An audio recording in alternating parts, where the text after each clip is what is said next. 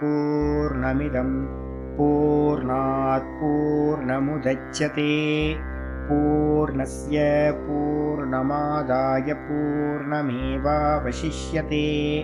ॐ शान्ति शान्ति शान्तिः। ॐ गुरुर्ब्रह्मा गुरुर्विष्णुर्गुरुर्देवो महेश्वरः गुरुसाक्षात् परं ब्रह्म तस्मै श्रीगुरवे नमः। शङ्करं शङ्कराचार्यं केशवं बादरायणं सूत्रभाष्यकृतौ वन्दे भगवन्तौ पुनः पुनः। ईश्वरो गुरुरात्मेति मूर्तिभेदविभागिने व्योमवद्व्याप्तदेहाय दक्षिणामूर्तये नमः। सदाशिवसमारम्भां शङ्कराचार्यमध्यमाम् अस्मदाचार्यपर्यन्तां वन्दे गुरुपरम्पराम्। ॐ यो ब्रह्माणं विदधाति पूर्वं यो वै वेदांश्च प्रहिणोति तस्मै तं हदेवमात्मबुद्धिप्रकाशं मुमुक्षुर्वै शरणमहं प्रपद्ये। ॐ शान्ति शान्ति शान्तिः। ॐ असतो मा सद्गमय तमसो मा ज्योतिर्गमय मृत्योर्मामृतं गमय।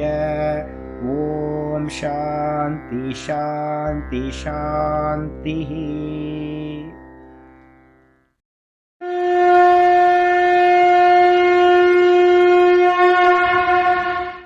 ॐ पार्थाय प्रतिबोधितां भगवता नारायणेन स्वयं व्यासेन ग्रथितां पुराणमुनिना मध्ये महाभारतम् अद्वैतामृतवर्षिणीं भगवतीम् अष्टादशाध्यायिनीम् अम्ब त्वामनुसन्दधामि भगवद्गीते भवद्वेषिणीम्।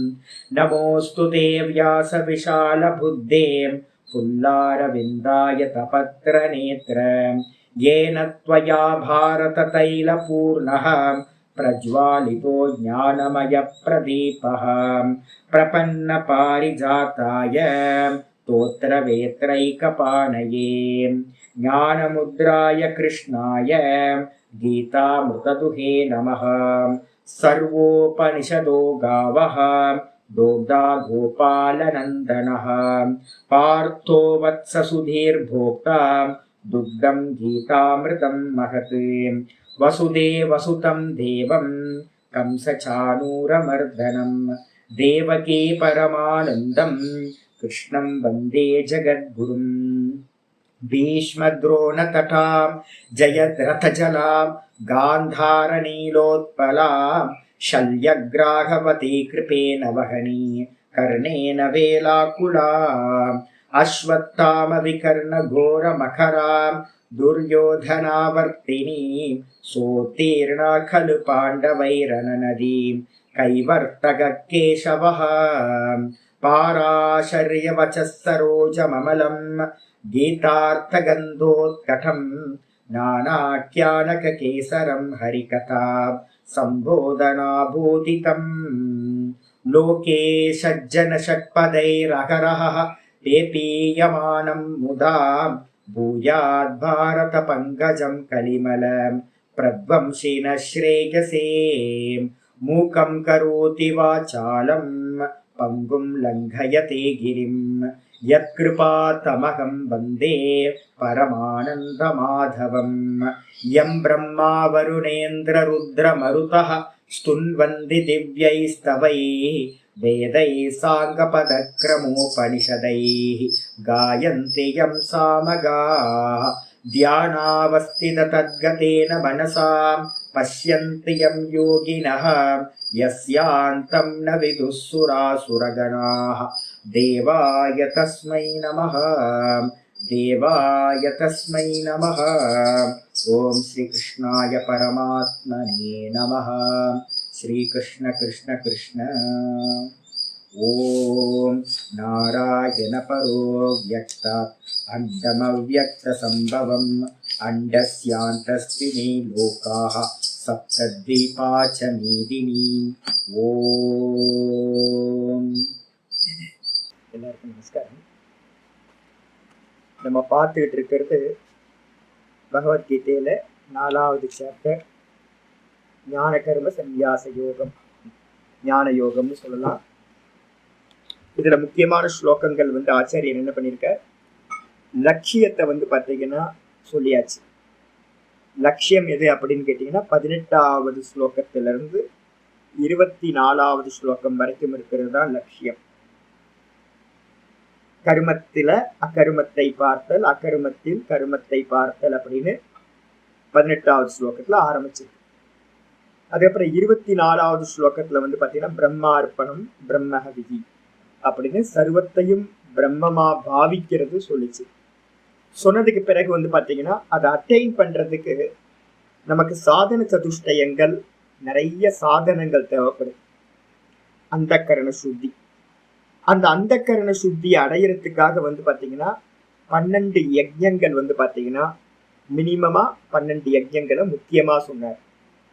சொன்னதுக்கு பிறகு பாத்தீங்க அப்படின்னா அந்த யஜ்ஞத்துல எல்லாத்துலயும் எது சிறந்தது அப்படின்னு கேட்டீங்கன்னா ஞான யஜ்ஞம் தான் த பெஸ்ட். ஞான யஜ்ஞத்தை அடையறதுக்காக தான் மற்ற எல்லா யஜ்ஞங்களும் செய்யப்படுகின்றன. சாதனைகள், எல்லா சாதனைகளும் இந்த உலகத்துல யாரெல்லாம் எந்த சாதனைகள் எல்லாம் பண்ணிட்டு இருக்காங்களோ அது எல்லாமே எதுக்கு அப்படின்னா, இப்ப நம்ம உட்கார்ந்து பாடம் படிக்கிறோம் பாத்தீங்களா, இந்த பாக்கியத்துக்காக தான். இந்த பாக்கியம் ஒருத்தருக்கு உண்டாகிறதுக்காக தான். இப்ப நம்ம நினைச்சிட்டு இருக்கோம் நம்ம ஈஸியா வந்துட்டோம், ஏதோ ஆன்லைன்ல சுவாமி பாத்தீங்கன்னா கிளாஸ் இருக்கிற, நமக்கு ஒரு மெசேஜ் கிடைச்சது, பார்த்தோம் வந்துட்டோம் அப்படின்னு. ஆக்சுவலா இல்ல. இந்த ஞானம் கிடைக்கிறதுக்கே பாத்தீங்க அப்படின்னா, இந்த மாதிரி ஒரு பாக்கியம் கிடைக்கிறதுக்கே எத்தனை கோடி ஜென்மங்கள்ல புண்ணியம் பண்ணோம்னு நமக்கு தெரியாது. அந்த புண்ணியங்கள்லாம் சேர்ந்துதான் ஒருத்தருக்கு பாத்தீங்கன்னா இந்த ஞான யஜ்ஞத்தை கொடுக்கின்றது. இந்த ஞான யஜ்ஞத்துல பாத்தீங்கன்னா எல்லாம் பூர்த்தி ஆகுது. மற்ற எல்லா தர்மங்களும் கருமங்களும் எல்லாம் பூர்த்தி ஆகுது. ஏன் சுவாமி அப்படின்னும் போது ஆச்சாரியர் என்ன பண்ணார், கடைசி ஸ்லோகம் நேத்து நம்ம பார்த்திருக்கோம். என்ன அப்படின்னு கேட்டீங்கன்னா, இந்த எல்லா யஜ்ஞங்களும் பாத்தீங்கன்னா என்னன்னு கேட்டீங்கன்னா ஆசையோடு பண்ணணும் அப்படின்னா அது எல்லாமே பாத்தீங்கன்னா ஜென்மத்தை கொடுக்கறதாக ஆகிவிடுகின்றது. எல்லாம் ஜென்மத்தை கொடுக்கும். ஆனா இந்த ஞான யஜ்ஞம் மட்டும் என்ன பண்ணும், ஜென்மத்தை நாசம் பண்ணக்கூடியது. அப்ப அதனால எது பெஸ்ட் சுவாமி அப்படின்னு கேட்டீங்கன்னா, தேவ பதவியோ இல்ல பிரம்மலோக பதவியோ பெருசு இல்ல, இங்கேயே நமக்கு மோட்சத்தை கொடுக்கக்கூடியது இந்த ஞானம். அதனால சொல்லிட்டு பாத்தீங்கன்னா அப்படின்னா ஒரு எக்ஸாம்பிள் ஒண்ணு சொல்லியிருந்தார். ரைக்வ மகரிஷியோட கதையை ஆச்சாரியர் கொட்டேஷன்ல கொடுத்திருந்தார். ஒரு 2 விஷயம் பாத்தீங்கன்னா உபனிஷதங்கள் டீல் பண்ணுது. 2 விஷயம். உபனிஷத்துன்றதுக்கு அர்த்தமே என்ன அப்படின்னா, ஒண்ணு பாத்தீங்கன்னா ரகசியம்னு சொல்லக்கூடிய உபாசனைகள். 2வது மீனிங் பாத்தீங்கன்னா டைரக்டா பாத்தீங்கன்னா உபனிஷத்துன்றதுக்கு அர்த்தம் ஆத்ம வித்யா. இப்ப இந்த 2த்துல பாத்தீங்கன்னா ஒண்ணு சகுண ஈஸ்வரன் அடையிறது, சாயுஜ்ய பதவி நம்ம சொல்லுவோம். 2வது பாத்தீங்க அப்படின்னா இங்கேயே மோட்சத்தை அடையிற ஜீவன் முக்தி. இதுக்கு பாத்தீங்கன்னா ஞான யஜ்ஞம், ஆத்ம விசாரம் பண்ணி அடையக்கூடிய இந்த ஞான யஜ்ஞம் ஜீவன் முக்திக்கு சாதனம். இதே நேரத்துல பிராணனை உபாசிக்கிறது, ஈஸ்வரனை உபாசிக்கிறதுன்னு பேரு. அந்த பிராண உபாசனை பண்ணி பாத்தீங்கன்னா சாயுஜ்ய பதவியை அடைகிறவனும் இந்த லோகத்துக்கு திரும்ப வருவதில்லை அப்படின்னு பாத்தீங்கன்னா பிரம்மசூத்திரம், பிரகதாரண்யம், சாந்தோக்கியம் எல்லாம் சொல்லுது.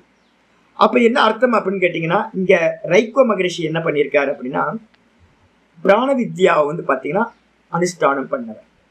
பிராணன் என்ன அப்படின்னு கேட்டீங்கன்னா, இந்த உலகத்துல 2 பாத்தீங்கன்னா சர்வாத்மான்னு சொல்றது 2 தான். ஒண்ணு உயிர், நம்ம பிராணன் சொல்றோம் பாத்தீங்களா, இந்த பிராணன் எல்லாத்துலயும் இருக்கிற பிராணன் ஒரே பிராணன் தான். பிரம்மால இருந்து ஆரம்பிச்சு இந்த உலகத்துல இருக்க சின்ன ஜீவராசியா எதெல்லாம் இருக்கோ, புழு பூச்சியில இருந்து எல்லாத்துலயும் இருக்கக்கூடிய அந்த பிராண தத்துவம் சர்வாத்மா ஒன்னு எடுத்தது. 2வது பாத்தீங்க அப்படின்னா கான்சியஸ்னஸ் நம்ம சொல்றமே உணர்வு, இதுவும் பாத்தீங்கன்னா சர்வாத்மா. இந்த 2த்துல எதை அடைஞ்சாலும் உங்களுக்கு என்ன கிடைக்கும் அப்படின்னா சர்வாத்ம பாவம் கிடைக்கும். ஆனா உண்மையிலே சர்வாத்ம பாவம் எங்க கிடைக்கணும், பிரம்மத்துல கிடைக்கணும். அப்போ பிராணன்லயும் கிடைக்கும், அது சகுண ஈஸ்வர தத்துவமா இருக்கிறது. அப்ப யார் வந்து பாத்தீங்க அப்படின்னா ஆச்சாரியார் சொல்லிட்டார் என்னன்னு கேட்டீங்கன்னா, ஒரு பிராண உபாசனை பண்றவனுக்கே நான் பிராணனா இருக்கேன் அப்படின்னு பண்ணா அப்படின்னா அந்த பிராண அபிமானம் வந்துருச்சுன்னா அவன் என்ன ஆவான்? ரைக்கோ மகரிஷி மாதிரி ஆயிடுவான். என்ன ஆகும்? இந்த உலகத்துல யாரெல்லாம் எந்த புண்ணிய கர்மாக்கள்லாம் பண்றாங்களோ அந்த பலன்கள் எல்லாம் இந்த பிராண உபாசனை பண்றவனுக்கு வந்துவிடும் அப்படின்னு. அப்ப அதே மாதிரி அடுத்த ஸ்டெப் போங்க. பிராண உபாசனை பண்றவனுக்கே இது மாதிரி இருக்கும் அப்படின்னா பிரம்ம உபாசனை பண்றான்னு வச்சுங்க, அகம் பிரம்மாஸ்மி அப்படின்னு ஒருத்தன் வந்து பாத்தீங்கன்னா தத்துவத்தை நல்லா விசாரம் பண்ணி தன்னை பிரம்மமா ஒருத்தன் அறிஞ்சான் அப்படின்னா அவனுக்குள்ளார வந்து பாத்தீங்கன்னா எல்லா புண்ணிய கர்மங்களும் அவனுடைய ஞானத்துக்குள்ளார அந்தர்கதமாயிடுது, உள்ளடங்கி விடுகிறது. அப்ப அதனால வந்து பாத்தீங்கன்னா ஸ்டெப்ஸ்ல வந்து பாத்தீங்க அப்படின்னா நமக்கு இதுக்காக சித்த சுத்திக்காக என்ன பண்றோம்? எல்லா யஜ்யங்களையும் எவ்வளவு முடியுமோ அவ்வளவு பண்ணணும். பண்ணிட்டு ஆனா அதுல எல்லாத்துலயும் நின்ற கூடாது. இந்த உலகத்துல வந்து பாத்தீங்கன்னா நிறைய யஜ்யங்களை பண்றவங்க இருக்காங்க. நான் சொன்னல ருத்ர கவுடான்னு ஒரு சுவாமி இருக்காரு, ஃபேமஸான சுவாமி. நிஷ்டைனா அது மாதிரி நிஷ்டா. யோகத்துல வந்து பாத்தீங்கன்னா ஃபுல்லா நிஷ்டையா இருக்கிறவர், ஆசனத்தோட நின்று போயிட்டார். அதுக்கு அடுத்தது சில பேர் இருக்காங்க வெறும் பிராணாயாமத்தோட ஜீவனை ஃபுல்லா பிராணாயாமத்தை பண்ணியே முடிச்சிருவாங்க. சில பேர் வந்து பாத்தீங்கன்னா அன்னதானம் பண்றதையே வச்சிருப்பாங்க, கடைசி வரைக்கும் அன்னதானத்திலே நின்றுவாங்க. எல்லா விஷயங்களும் சில பேர் தபஸ்வியா இருப்பாங்க, சாதுக்கள்ல நிறைய தபஸ்விகள் இருக்காங்க. ஆனா என்ன பண்ணுவாங்க? தபஸ்லேயே நின்றுவாங்க. நம்ம பாக்குறதுக்கு என்ன ஆச்சரியமா இருக்கணும், ஐயோ அவங்க எல்லாம் மேல வந்தா நல்லா இருக்குமே. இப்ப தமிழ்நாட்டுல எல்லாம் எடுத்துக்கிட்டீங்க அப்படின்னு நிறைய பிராமணர்கள் பூஜையோட நின்றுவாங்க. பூஜைக்கு அடுத்தது என்ன அப்படின்னு போக மாட்டாங்க. வேத பாடசாலையில வந்து பாத்தீங்கன்னா வேதம் படிப்பாங்க, ஒரு வாத்தியார் ஆவாங்க, வேத அத்தியனத்திலேயே வேதத்தை படிச்சு கொடுக்கறதுல ஜீவனத்தை நிப்பாட்டிடுவாங்க. அடுத்த ஸ்டெப் என்ன அப்படின்னு போக மாட்டாங்க. அப்ப ஆச்சாரியர் என்ன பண்றாரு அப்படின்னு கிருஷ்ண பரமாத்மா சொல்றாரு, இது எல்லாம் வந்து பாத்தீங்கன்னா ஒரு ஸ்டெப்ஸ். இந்த ஸ்டெப்ஸ் மூலமா நமக்கு வந்து கடைசி ஸ்டெப் எது அப்படின்னா ஞான யஜ்யம் தான் கடைசி ஸ்டெப். ஏன்னா ஞான யஜ்யம் தான் நமக்கு என்ன கொடுக்கும்? மோட்சத்தை கொடுக்கும் அப்படின்னு சொல்லி முடிச்சாச்சு. இதுக்கு எக்ஸாம்பிள் என்ன அப்படின்னு கேட்டீங்கன்னா நம்ம பார்த்தோம் 2வது அத்தியாயத்துல 46வது ஸ்லோகம் பார்த்துருக்கோம். எப்படி வந்து பாத்தீங்க அப்படின்னா நிறைய கிணறு வெட்டுறோம்னு வச்சுங்களேன், அந்த கிணறுல இருக்கக்கூடிய ஆயிரக்கணக்கான கிணத்துல இருக்கக்கூடிய நல்ல ஜலம், அதுல இருக்கக்கூடிய பிரயோஜனங்கள் எல்லாம் ஒரு பெரிய லேக்குள்ளார வந்துருமா? 1000 கிணறு வெட்டினாலும் அதோட எல்லா பிரயோஜனங்களும் ஒரு இதுல ஒரு லேக்ல வந்து பாத்தீங்கன்னா அடங்கி விடுவது போல இந்த ஞானம் அப்படின்ற இந்த ஞான யுத்தத்துல என்ன ஆயிடுதுன்னு கேட்டா ஆத்மானுபூதி அடைஞ்சவனிடத்துல எல்லா கருமங்களோட பலன்களும் அந்தர்கதமா ஆகிவிடுகின்றன அப்படின்னு வந்து பாத்தீங்கன்னா 2:46. அதே மாதிரி வந்து பாத்தீங்கன்னா சாந்தோக்கிய உபனிஷத்துல அந்த ரைக்கோ மகரிஷியோட கதை, இந்த 2த்தையும் சொல்லி ஆச்சாரியர் முடிச்சார். முடிச்சதுக்கு பிறகு வந்து பாத்தீங்கன்னா இன்னைக்கு பாட்டம் ஆரம்பிக்குது 34வது ஸ்லோகம். இந்த 34வது ஸ்லோகத்துக்கு ஆரம்பிக்கும் போது ஒரு அவதாரிக்கா பாஷ்யம் இருக்கு. தத்து ஏதத்து விசிஷ்டம் ஞானம். அந்த இது வரைக்கும் நம்ம சொன்னவே ஞானம் ஞானம்னு எல்லா கர்ம பலன்களும் இந்த ஞானத்தில் அடங்கி விடுகிறது அப்படின்னு சிறப்பா சொன்னோம்ல. தத்து ஏதத்து விசிஷ்டம் ஞானம், அந்த இந்த சிறந்த ஞானத்தை எப்படி தருகி கேன பிராபியத்தே இது உச்சது, எந்த உபாயத்து மூலமா இந்த ஞானத்தை நம்ம அடைய முடியும் அப்படின்னு வந்து பாத்தீங்கன்னா சொல்லப்படுகின்றது. இங்கதான் வந்து பாத்தீங்கன்னா ஆக்சுவலா இந்த ஸ்லோகத்தை எங்க வச்சிருக்கணும் அப்படின்னா ரொம்ப முன்னாடி வச்சிருக்கணும். ஆனா வந்து பாத்தீங்கன்னா எல்லாத்தையும் ஒரு ஆளால வந்து பாத்தீங்கன்னா ஒரே சமயத்துல சொல்ல முடியாது. அப்ப கிருஷ்ண பரமாத்மா என்ன பண்ணார், இந்த சமயத்துல இந்த ஸ்லோகத்துக்கு ஒரு சமயம் கிடைச்சிருக்கு, ஸ்பேஸ் கிடைச்சிருக்கு, அதுக்காக சொல்ல ஆரம்பிக்கிறார். இந்த ஞானத்தை நம்ம எப்படி அடையணும் அப்படின்னு கேள்வி கேட்டீங்கன்னா அதற்கான உபாயம், ஞானத்தை அடைவதற்கான உபாயம் 34வது ஸ்லோகம். சாஸ்திரத்துல இந்த ஸ்லோகத்துக்கு ரொம்ப மகிமை இருக்கு. 2 ஸ்லோகங்கள் நாங்க வந்து அதிகமா கோட் பண்ணுவோம். ஒண்ணு வந்து பாத்தீங்கன்னா இது பகவத்கீதையில, 2வது வந்து பாத்தீங்கன்னா முண்டக்க உபனிஷத்துல ஒரு ஸ்லோகம் கோட் பண்ணுவோம்.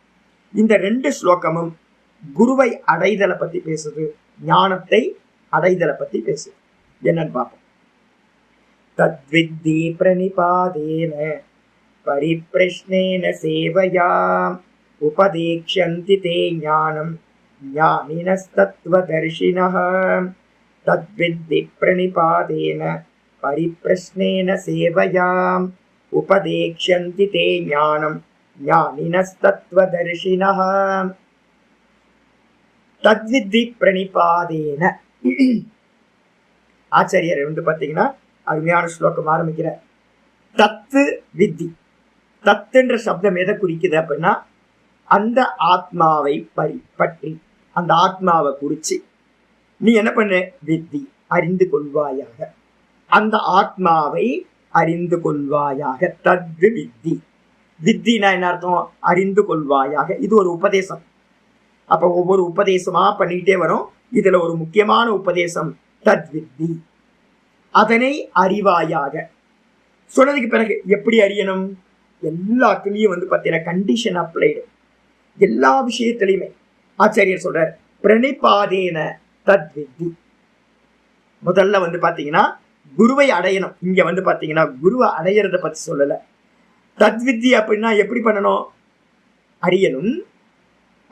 பிரணிபாதேன அப்படின்னா குருநாதரை பாத்தீங்கன்னா சாஷ்டாங்க நமஸ்காரம் பண்ணி தத்வித்தி இதனை அறிந்து கொள்வாயாக. முதல் கண்டிஷன். இப்ப என்னோட சிஷ்யர்கள் இருக்காங்க பாத்தீங்க அப்படின்னா எனக்கே அலுப்பா இருக்குங்க. எனக்கு அலுப்பா இருக்கு. இவங்க உளுந்து உளுந்து நமஸ்காரம் பண்றதை பார்க்கும்போது போனா நமஸ்காரம், வந்தா நமஸ்காரம், எல்லா டைமும் நானே சொல்லுவாங்க போதுங்க விடுங்க அப்படின்னு. ஆனா சிஷ்யன் எப்படி இருக்கணும் அப்படின்னு கேட்டீங்கன்னா திரும்ப திரும்ப திரும்ப விழுந்து விழுந்து விழுந்து நமஸ்காரம் பண்ணிக்கிட்டே இருக்கணும். ஏன் அப்படின்னு கேட்டீங்கன்னா இந்த அகங்காரம் இருக்கு பாத்தீங்களா, நான் பெரியாள், நான் பெரியாள், நான் பெரியாள் அப்படின்னு, நான் இவ்வளவு படிச்சேன், இவ்வளவு தனம் என்கிட்ட இருக்கு, இந்த பதவியில இருக்கேன் அப்படின்னு எல்லாத்துக்குள்ளார இந்த அகங்காரம் இருக்கு.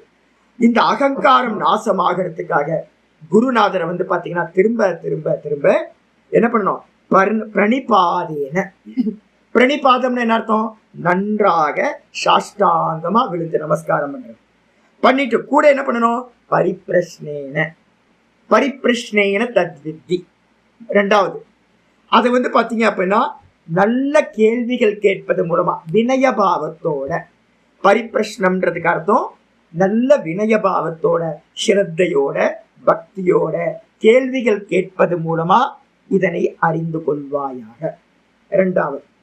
மூணாவது சொல்றார், சரி கேள்வி கேட்கறதுக்கு நிறைய பேர் இருக்காங்களே அப்படின்னா சேவையா தத்வித்தி. ரொம்ப முக்கியமானது. சேவா பண்ணி பாத்தீங்கன்னா இதை அறிந்து கொள்வாயாக.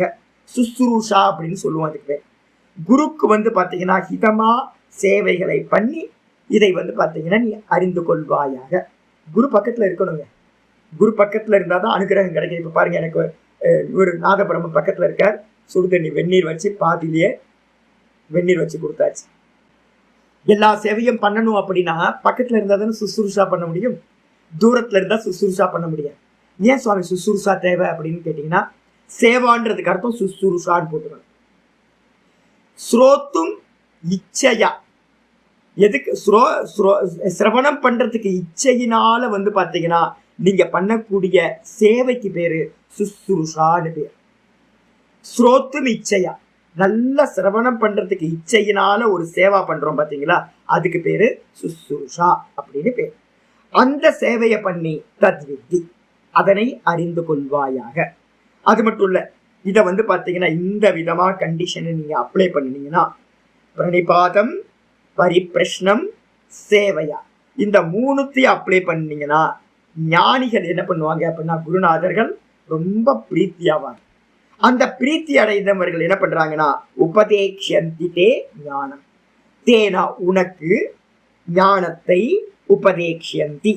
அந்த ஞானி புருஷர்கள் குருநாதர்கள் அந்த ஞானத்தை உனக்கு உபதேசிக்கின்றார்கள், உபதேசிப்பார்கள். யாரு? ஞானினக தத்துவதரிசினக. ரெண்டு இது போடுற. யாரு குருநாதர்களா இருக்க முடியும் அப்படின்னு கேட்டீங்கன்னா ஞானிகளா இருக்கணும். கூடவே பாத்தீங்க அப்படின்னா தத்துவத்தை அறிந்தவர்களா, சாட்சாத்காரம் செய்தவர்களா இருக்க வேண்டும் அப்படின்னு ரெண்டு கண்டிஷன் குருநாதர்களுக்கு பாத்தீங்கன்னா அட்ஜெக்டிவ் போட்டாச்சு. அப்போ சிஷ்யனுக்கு 3, குருநாதருக்கு 2 விஷயம் சொல்லப்பட்டிருக்கு. இதை பாத்தீங்க அப்படின்னா என்ன சுவாமி ஏன் இதை சொல்லணும் அப்படின்னா ஒரு 2 நாளுக்கு முன்னாடி பாத்தீங்க அப்படின்னா நான் ரொம்ப சான்ஸ் கொடுப்பேங்க. எல்லாத்துக்கும் வருஷமா சான்ஸ் கொடுப்பேன். நான் எதுக்காக சான்ஸ் கொடுப்பேன் அப்படின்னு கேட்டீங்கன்னா நல்லா எல்லாருமே வளரணும்ல. எல்லாரும் வந்தோடனே வந்து பாத்தீங்கன்னா எல்லாம் தெரிஞ்சிடாது எல்லாத்துக்கும். அப்ப என்ன பண்றது அப்படின்னு கேட்டீங்கன்னா நிறைய டைம் கொடுப்போம். வரட்டும், க்ரோ அப் ஆகட்டும் அப்படின்னு. ஒரு டைம்ல வந்து பாத்தீங்கன்னா ஒரு அலுப்பு வரும். நீண்ட காலம் டைம் கொடுத்து அவங்க அப்படியே எரும மாடு மாதிரியே இருக்காங்கன்னு வச்சுக்கோங்க. அப்ப என்ன பண்ணணும் அப்படின்னு கேட்டீங்கன்னா, ஐயோ இவங்க செல்ஃபிஷா இருக்காங்க. இந்த செல்ஃபிஷா இருக்கிற வரைக்கும் இந்த ஞானம் பலித்தமாகாது. ஒரு 2 நாளுக்கு முன்னாடி என்கிட்ட வந்து பாத்தீங்கன்னா ஒருத்தர் வந்து பேசினார். யூடியூப்ல பாடம் கேட்கிறவர். அப்ப பாடம் கேட்கும் போதெல்லாம் அவருக்கு PDF எல்லாம் அனுப்பி வைப்பேன். அவர் என்ன கேட்டாலும் பதில் சொல்லுவேன். நிறைய அனுப்பி வச்சுக்கிட்டே இருப்பேன். வருஷக்கணக்கா 1 வருஷத்துக்கு மேல ஆகிட்டே இருக்கு. இந்த PDF தயார் பண்றதுக்கு நாங்க எவ்வளவு கஷ்டப்படுறோன்றது எங்களுக்கு தான் தெரியும். உட்கார்ந்து அவ்வளவு நேரம் வந்து பாத்தீங்கன்னா டைப்பிங் பண்ணிக்கிட்டே இருக்கணும். அப்ப கிளாஸ் எடுக்கணும், டைப்பிங் பண்ணணும். அதை வந்து பாத்தீங்கன்னா இப்போ உங்களுக்கு எல்லாம் குரூப்ல போட்டு விட்டுறேன்.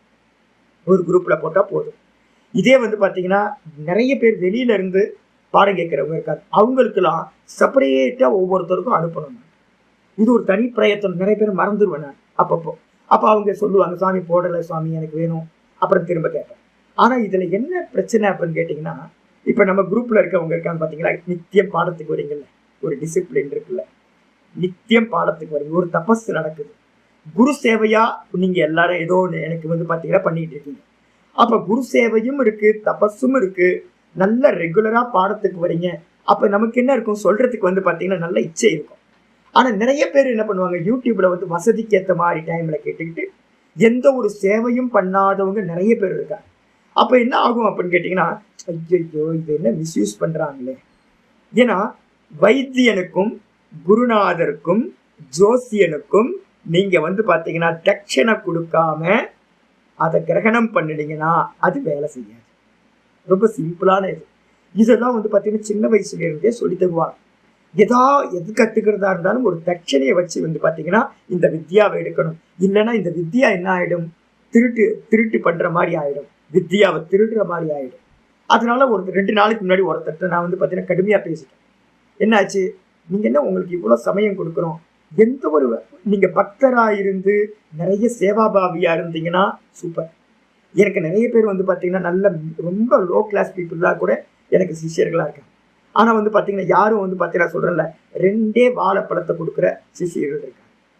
100 ரூபாய் அனுப்பி வைக்கிற சிஷியர்கள் இருக்காங்க. வெறும் 100 ரூபாய். எனக்கு நல்லா தெரியும் என்னன்னு கேட்டீங்கன்னா, ஜி வேணாஞ்சின்னு சொல்லு, இதெல்லாம் வேணாஞ்சி, இருக்கட்டும் பரவாயில்ல அப்படின்னு. இல்லை சுவாமி ஏதாவது கொடுத்து நான் வந்து வித்யாவை கத்துக்கிறேன் சுவாமி அப்படின்னு ஒரு 100 ரூபாய் கொடுக்குற சாதுக்கள் கூட, கிரகஸ்தர்கள் கூட இருக்காங்க. ஏன்னா அவங்களால அவ்வளவுதான் முடியும்.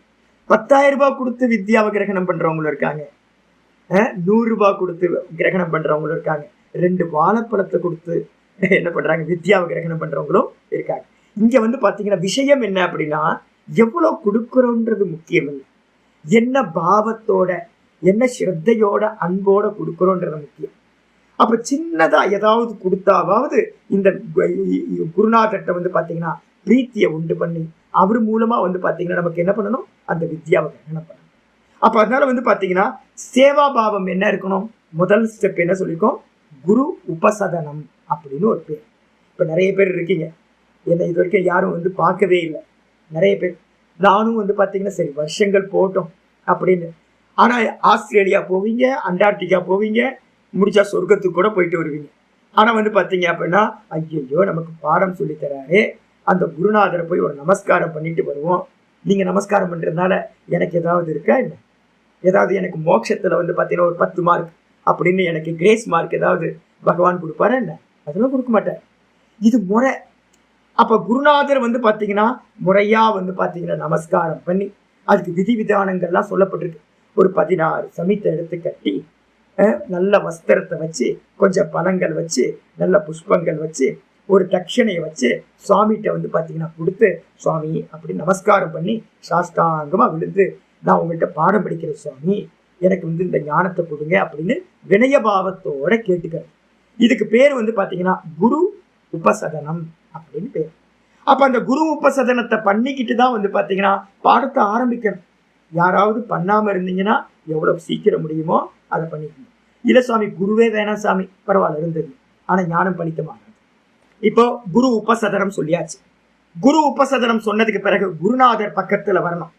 குருநாதர் பக்கத்துல வந்த மாத்திரத்துல என்ன பண்ணணும் சுவாமி அப்படின்னு கேட்டீங்கன்னா, சமயம் கிடைக்கும் போதெல்லாம் விழுந்து விழுந்து விழுந்து நமஸ்காரம் பண்றேன். அப்ப இங்க விட்டு போயிருக்கிறது எது விட்டு போயிருக்குன்னா குரு உபசதனம் விட்டு போயிருக்கு. பிரணிபாதத்துல இருந்து ஆரம்பிக்குது.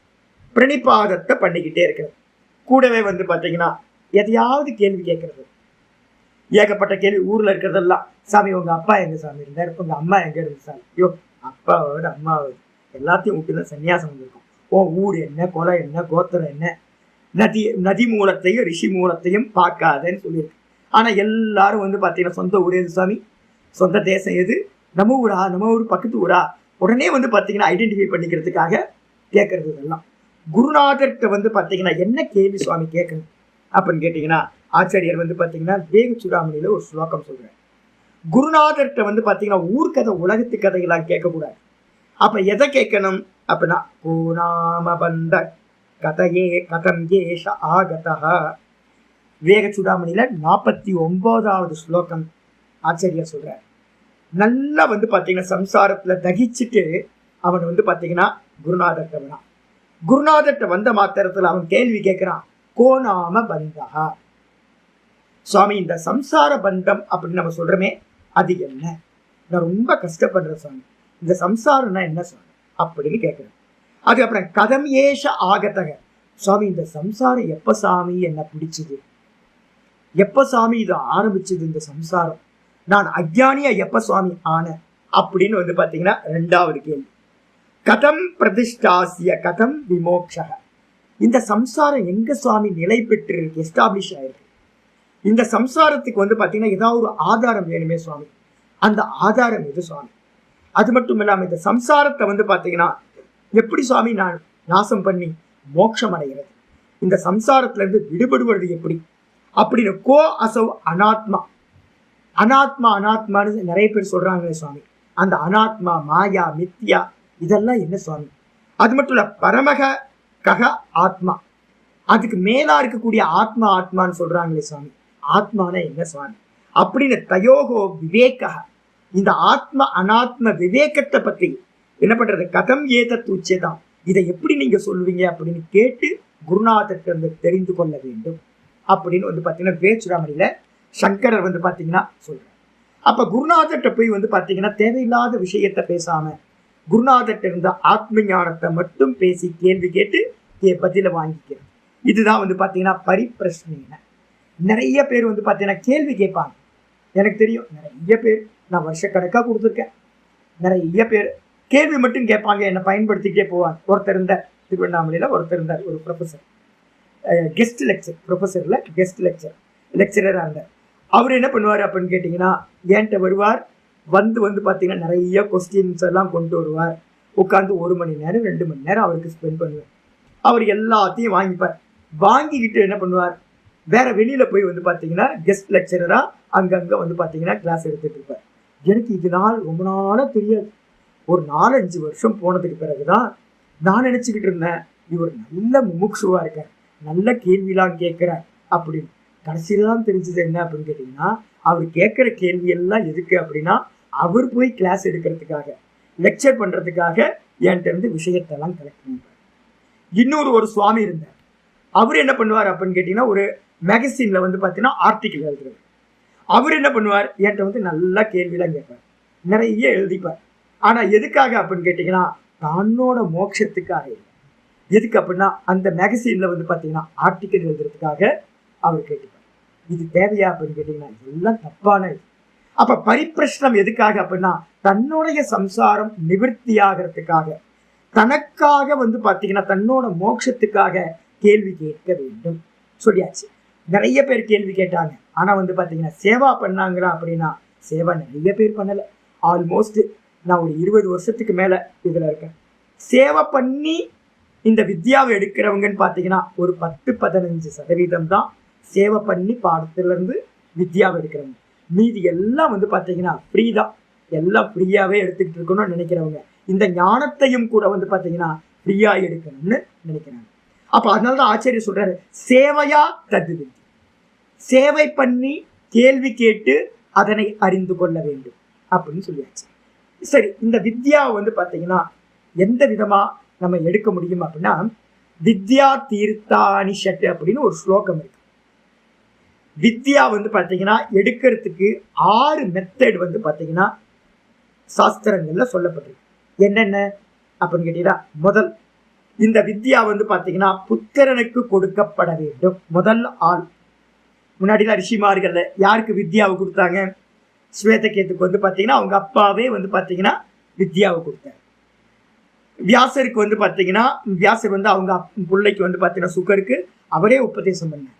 இது மாதிரி நிறைய வசிஷ்டர் எல்லாருக்கும் வந்து பாத்தீங்க அப்படின்னா அவங்க பிள்ளைக்கே வித்யாவை கொடுத்துக்கிட்டே இருந்திருக்காங்க. நம்ம சொல்றோம்ல, நாராயணம் பத்மபவம் வசிஷ்டம் தத்புத்திரம் பராசரம் சக்திம் தத் பராசரம் அப்படின்னு வரிசையா நம்ம சொல்றோம் பாத்தீங்களா. இது எல்லாம் வந்து பாத்தீங்கன்னா அப்பா புள்ள அப்பா புள்ள அப்பா புள்ளன்னு வந்துருக்கும். அப்ப முதல் இந்த வித்யாவை யார் வந்து பாத்தீங்கன்னா கொடுப்பானா, தன்னுடைய பிள்ளைக்கு வந்து பாத்தீங்கன்னா புத்திராய தேயம், புத்திரனுக்கு கொடுக்கலாம் முதல். ரெண்டாவது பிரியாய, இந்த வந்து பாத்தீங்கன்னா ரொம்ப பிரியமா இருக்கிறவங்களுக்கு கொடுக்கலாம். முதல் புத்திரன். ரெண்டாவது வந்து சிஷ்யாய, சிஷ்யனுக்கு கொடுக்கலாம். மூணாவது வந்து பாத்தீங்கன்னா பிரியாய தேயம், புத்திராய தேயம், சிஷ்யாய தேயம், அதுக்கப்புறம் பிரியாய தேயம். 3 ஆயிடுச்சு. இப்ப எனக்கு யார் யாரெல்லாம் இருக்கா? என்னோட சிஷ்யர்கள் இருக்காங்க. நான் அவங்களுக்காக சந்நியாசம் கொடுத்து அவங்களுக்கு பாடத்தையும் சொல்லி கொடுத்துருக்கேன். இது ஒண்ணு சிஷ்யர்கள். இதுக்கு அடுத்தது வந்து பாத்தீங்கன்னா பிரியாய, இந்த சிஷ்யாயக்கு அப்புறம் புத்திராய, எனக்கு புத்திரன் இல்லை, எனக்கு இல்லை, ரிஷிமார்களுக்கு புத்திரன் இருந்திருப்பாங்க. அதுக்கப்புறம் பிரியாய, இப்ப நான் சில பேர் இருக்காங்க என் ரொம்ப நாள் பாடம் கேட்காம இருந்திருப்பாங்க, ஆனா எனக்கு பிரியமா நிறைய காரியம் பண்ணியிருப்பாங்க. அப்ப அந்த பிரியமா காரியம் பண்ணும்போது இங்க வேணும்னு ஒருத்தர் இருக்கார் நம்ம கிளாஸ்லயே, ரொம்ப வருஷமா வந்து பாத்தீங்கன்னா எனக்கு ரொம்ப பிரியமா சேவை பண்ணிட்டு இருந்தேன், ரொம்ப பிரியமா நடந்துப்பேன். அப்ப அதனால வந்து பாத்தீங்கன்னா அவரை கூப்பிட்டு இந்த பகவத்கீதை ஆரம்பிக்கும் போது, ஐயோ இத்தனை வருஷமா இவ்வளவு இதா இருக்காரு, இவருக்கு நல்லது நடக்கட்டும் அப்படின்ட்டு வாங்க வந்து பகவத்கீதை கிளாஸ்ல உட்காருங்க அப்படின்னு அவரை வலுக்கட்டாயமா இருக்கு பகவத்கீதையில உட்கார வச்சாச்சு. அப்ப எது காரணம் அப்படின்னு கேட்டீங்கன்னா, நமக்கு பிரியமா நடந்தவங்களுக்கு இந்த வித்யாவை கொடுக்கலாம். 3 ஆயிடுச்சு. 4வது வந்து பாத்தீங்க அப்படின்னா வித்யாய வித்யா, ஒரு வித்யாவை கொடுத்துட்டு இன்னொரு வித்யாவை எடுத்துக்கிறேன். நான் ஒருத்தட்ட வந்து பாத்தீங்க அப்படின்னா வேத பாடம் கொஞ்சம் படித்தேன். அப்ப சூக்தங்கள்லாம் ஒருத்தட்ட நான் படித்தேன். அந்த படிச்சதுக்கு காணிக்கையா நான் என்ன பண்ணேன் அப்படின்னு கேட்டீங்கன்னா, ஒரு டெக்ஸ்ட் வந்து பாத்தீங்கன்னா வேதாந்த டெக்ஸ்ட் அவருக்கு சொல்லி கொடுத்தேன். அப்ப சிலது வந்து பாத்தீங்க அப்படின்னா சூரிய நமஸ்காரம்னு வேதத்துல ஒண்ணு இருக்கு. அப்ப அந்த சூரிய நமஸ்காரத்தை வந்து பாத்தீங்கன்னா ஒருத்தட்ட படிச்சேன். அந்த படிச்சதுக்காக அவருக்கு தர்க்க சங்கிரகத்தை படிச்சு கொடுத்தேன். அப்போ ஒரு வித்யாவை கொடுத்து ஒரு வித்யாவை வந்து பாத்தீங்கன்னா வாங்கிக்கலாம். அதுக்கு பேர் வந்து பாத்தீங்கன்னா வித்யாய வித்யா. 4வது. இதுக்கப்புறம் வந்து பாத்தீங்க அப்படின்னா 5வது வந்து பாத்தீங்கன்னா ரிணாய. ரிணாய அப்படின்னா ஏதாவது ஒரு காலத்துல நமக்கு என்ன பண்ணிருப்பாங்க அப்படின்னா பெரிய உதவி பண்ணிருப்பாங்க. நான் அது மாதிரி கொடுக்குறவங்களும் இருக்கேன். இப்ப சில பேர்லாம் எனக்கு ரொம்ப இக்கட்டான சூழ்நிலையில நல்ல உதவி பண்ணியிருப்பாங்க. அப்ப அந்த சமயத்துல உதவி பண்ணாங்களே, இவங்களுக்கு நான் என்ன கைங்கரியம் பண்றது, பதிலுக்கு என்ன கொடுக்கறது அப்படின்னு நான் யோசிக்கும் போது, ஆஹா இவங்களுக்கு உத்தாரணம் ஆகட்டும். அப்ப உத்தாரணம் ஆகிறதுக்காக நான் என்ன பண்ணுவேன் அப்படின்னா வலுக்கட்டாயமா அவங்களை கூப்பிட்டு இந்த வித்யாவை கொடுக்குறேன், கடனுக்காக வித்யாவை கொடுக்குறேன். இது வந்து பாத்தீங்கன்னா ரிணாய. அதுக்கு அடுத்தது லாஸ்ட் வந்து பாத்தீங்கன்னா என்ன இருக்குன்னு கேட்டீங்கன்னா 6வது இருக்கிறது தனாயச்ச, தனத்தை கொடுத்து இந்த வித்யாவை எடுக்கிறது. இதுதான் கடைசி நிலையில இருக்கு. இப்ப நீங்க தெரிஞ்சுக்கலாம் நீங்க எந்த நிலையில இருக்கீங்க. ஒண்ணு வந்து பாத்தீங்கன்னா புத்திரனா இருக்கலாம், இல்ல இப்ப என்ன சன்னியாசியா இருக்கேன் அதனால அது சான்ஸ் இல்லை. அதுக்கு அடுத்தது வந்து பாத்தீங்கன்னா சிஷ்யனா இருக்கலாம். சிஷ்யனா என்கிட்ட தீட்சை எடுத்து முறையா என் பக்கத்துல இருந்து எனக்கு சுசுரூஷா பண்ணிக்கிட்டு இருந்துகிட்டு இருக்கிறது. தனக்குன்னு எந்த காரியமும் இல்லாம இந்த வித்யாக்காகவே குருவை அண்டி இருக்கிறது சிஷ்யனா இருக்கிறது. அப்போ கொஞ்சம் பேருக்கு இன்னும் நிறைய சான்ஸ் இருக்கு. இதுக்கப்புறம் 3வது என்னது பிரியமா இருக்கிறது. இந்த பிரியம் என்ன பண்ணும் சுவாமி, பிரியமா எப்படி சுவாமி நடந்துக்கிறது? எனக்கு வந்து பாத்தீங்கன்னா பிரியம் உண்டு பண்றதுன்னா எப்படி உண்டு பண்ணும் அப்படின்னு கேட்டீங்கன்னா, நிறைய பேர் பணம் கொடுத்து பிரியத்தை சம்பாதிச்சிடலாமா? இல்லை, முடியாது. நீங்க நல்ல தர்மியா இருந்தீங்கன்னா, எப்பவுமே தர்மத்தை சார்ந்து இருந்தீங்க அப்படின்னா எனக்கு பிரியம் உண்டாயிடும். இந்த லோகத்துக்கு ஹிதமா காரியம் பண்ணிக்கிட்டு இருந்தீங்கன்னா எனக்கு பிரியம் உண்டாயிடும். எல்லா ஜீவராசிக்கும் ஹிதம் பண்ணிக்கிட்டே இருந்தீங்கன்னா பிரியம் உண்டாயிடும். நல்ல ஈஸ்வர பக்தி இருந்துச்சுன்னா எனக்கு பிரியம் உண்டாயிடும். நல்ல சாதகனா இருந்தீங்கன்னா எனக்கு பிரியம் உண்டாயிடும். நல்ல வைராக்கியம் இருந்துச்சுன்னா எனக்கு பிரியம் உண்டாயிடும். இந்த சம்சாரத்துல வந்து பாத்தீங்கன்னா ஒரு நல்ல ஒரு உதாசீன பாவம் இருந்தா எனக்கு பிரியம் உண்டாயிடும். அப்ப பிரியம் உண்டாகிறதுக்கு வந்து பாத்தீங்கன்னா நிறைய ரீசன்ஸ் இருக்கு. அப்ப அந்த பிரியத்தை சம்பாதிச்சிட்டோம் அப்படின்னா இந்த வித்யாவை வந்து பாத்தீங்கன்னா டிரான்ஸ்ஃபர்மேஷன் ஈஸியா இருக்கும். அப்ப நீங்க பிரியமா சிஷ்யனாகலாம், பிரியனாகலாம். அதுக்கு அடுத்தது வேற என்ன சொன்னோம்? வித்யா வித்யா கொடுத்து வித்யா வாங்கலாம். ஆனா இப்போதைக்கு எனக்கு வித்யா வாங்குற எண்ணம் இப்ப இல்லவே இல்லை. ஏன்னு கேட்டீங்கன்னா இனிமே வந்து பாத்தீங்கன்னா எந்த வித்யாவும் எனக்கு தேவையில்லை. அடைய வேண்டிய எல்லா வித்யாவும் இந்த பிரம்ம வித்யாலேயே அடங்கி போச்சு. அப்ப இனிமே வந்து பாத்தீங்கன்னா எனக்கு வித்யா கொடுத்து யாரும் இது பண்ண முடியாது. அடுத்து வேற என்ன இருக்கு? அப்ப நான் வித்யா கொடுத்து வித்யா வாங்க ரிணாயச்ச. இப்ப எனக்கு ஏதாவது கடன் இருக்கா அப்படின்னு கேட்டீங்கன்னா நான் ரொம்ப வந்து பாத்தீங்கன்னா ஃப்ரீடமா இருக்கேன். நான் இந்த உலகத்துல வந்து பாத்தீங்கன்னா யாருக்கும் கடன் பட்டவன் இல்லை. அது மாதிரி சூழ்நிலையில இருந்தது எல்லாத்தையும் மீறி வந்தாச்சு, எல்லாத்துக்கும் பண்ணியாச்சு. அப்ப வந்து பாத்தீங்கன்னா கடனுக்காகவும் நான் எதையும் பண்றது இல்லை. இப்ப அடுத்தது என்ன இருக்கு அப்படின்னு கேட்டீங்கன்னா தனாயச்ச. இப்ப நீங்க எல்லாம் அடிக்கடி தட்சிணை அனுப்புறீங்க பாத்தீங்களா? நிறைய பேர் தட்சிணை அனுப்புறீங்க. இந்த குரு தட்சணையா அனுப்புறது எது அப்படின்னு கேட்டீங்கன்னா தனாயச்ச. தனத்தை கொடுத்து இந்த வித்யாவை பிராப்தி பண்றது. ஆனா என்ன கேட்டகரியில சொல்லியிருக்கு? இருக்கிறதுலயே 6வது கடைசியா இருக்கிறது இந்த தனத்தை கொடுத்து வித்யா வாங்குறது. அப்ப முதல்ல இருக்கிறது புத்திரன் விட்டுருங்க. இப்ப முதல்ல இருக்கிறது சிஷ்யன். நமக்கு இதா இருக்கும் அப்படின்னா சிஷ்யன் வந்து பாத்தீங்கன்னா வித்யாவை வாங்குறதுக்கு முதல் ஆள். அதுக்கப்புறம் 2வது ஆள் பிரியமா இருந்துக்கிட்டு வித்யாவை வாங்குறது. 3வது வந்து பாத்தீங்க அப்படின்னா தனத்தை கொடுத்து இந்த வித்யாவை. இப்ப 3 பாசிபிலிட்டிஸ் தான் இப்ப நீங்க ஏன்ட்ட வந்து பாத்தீங்கன்னா இந்த வித்யாவை பிராப்தி பண்றதுக்கு இருக்கு.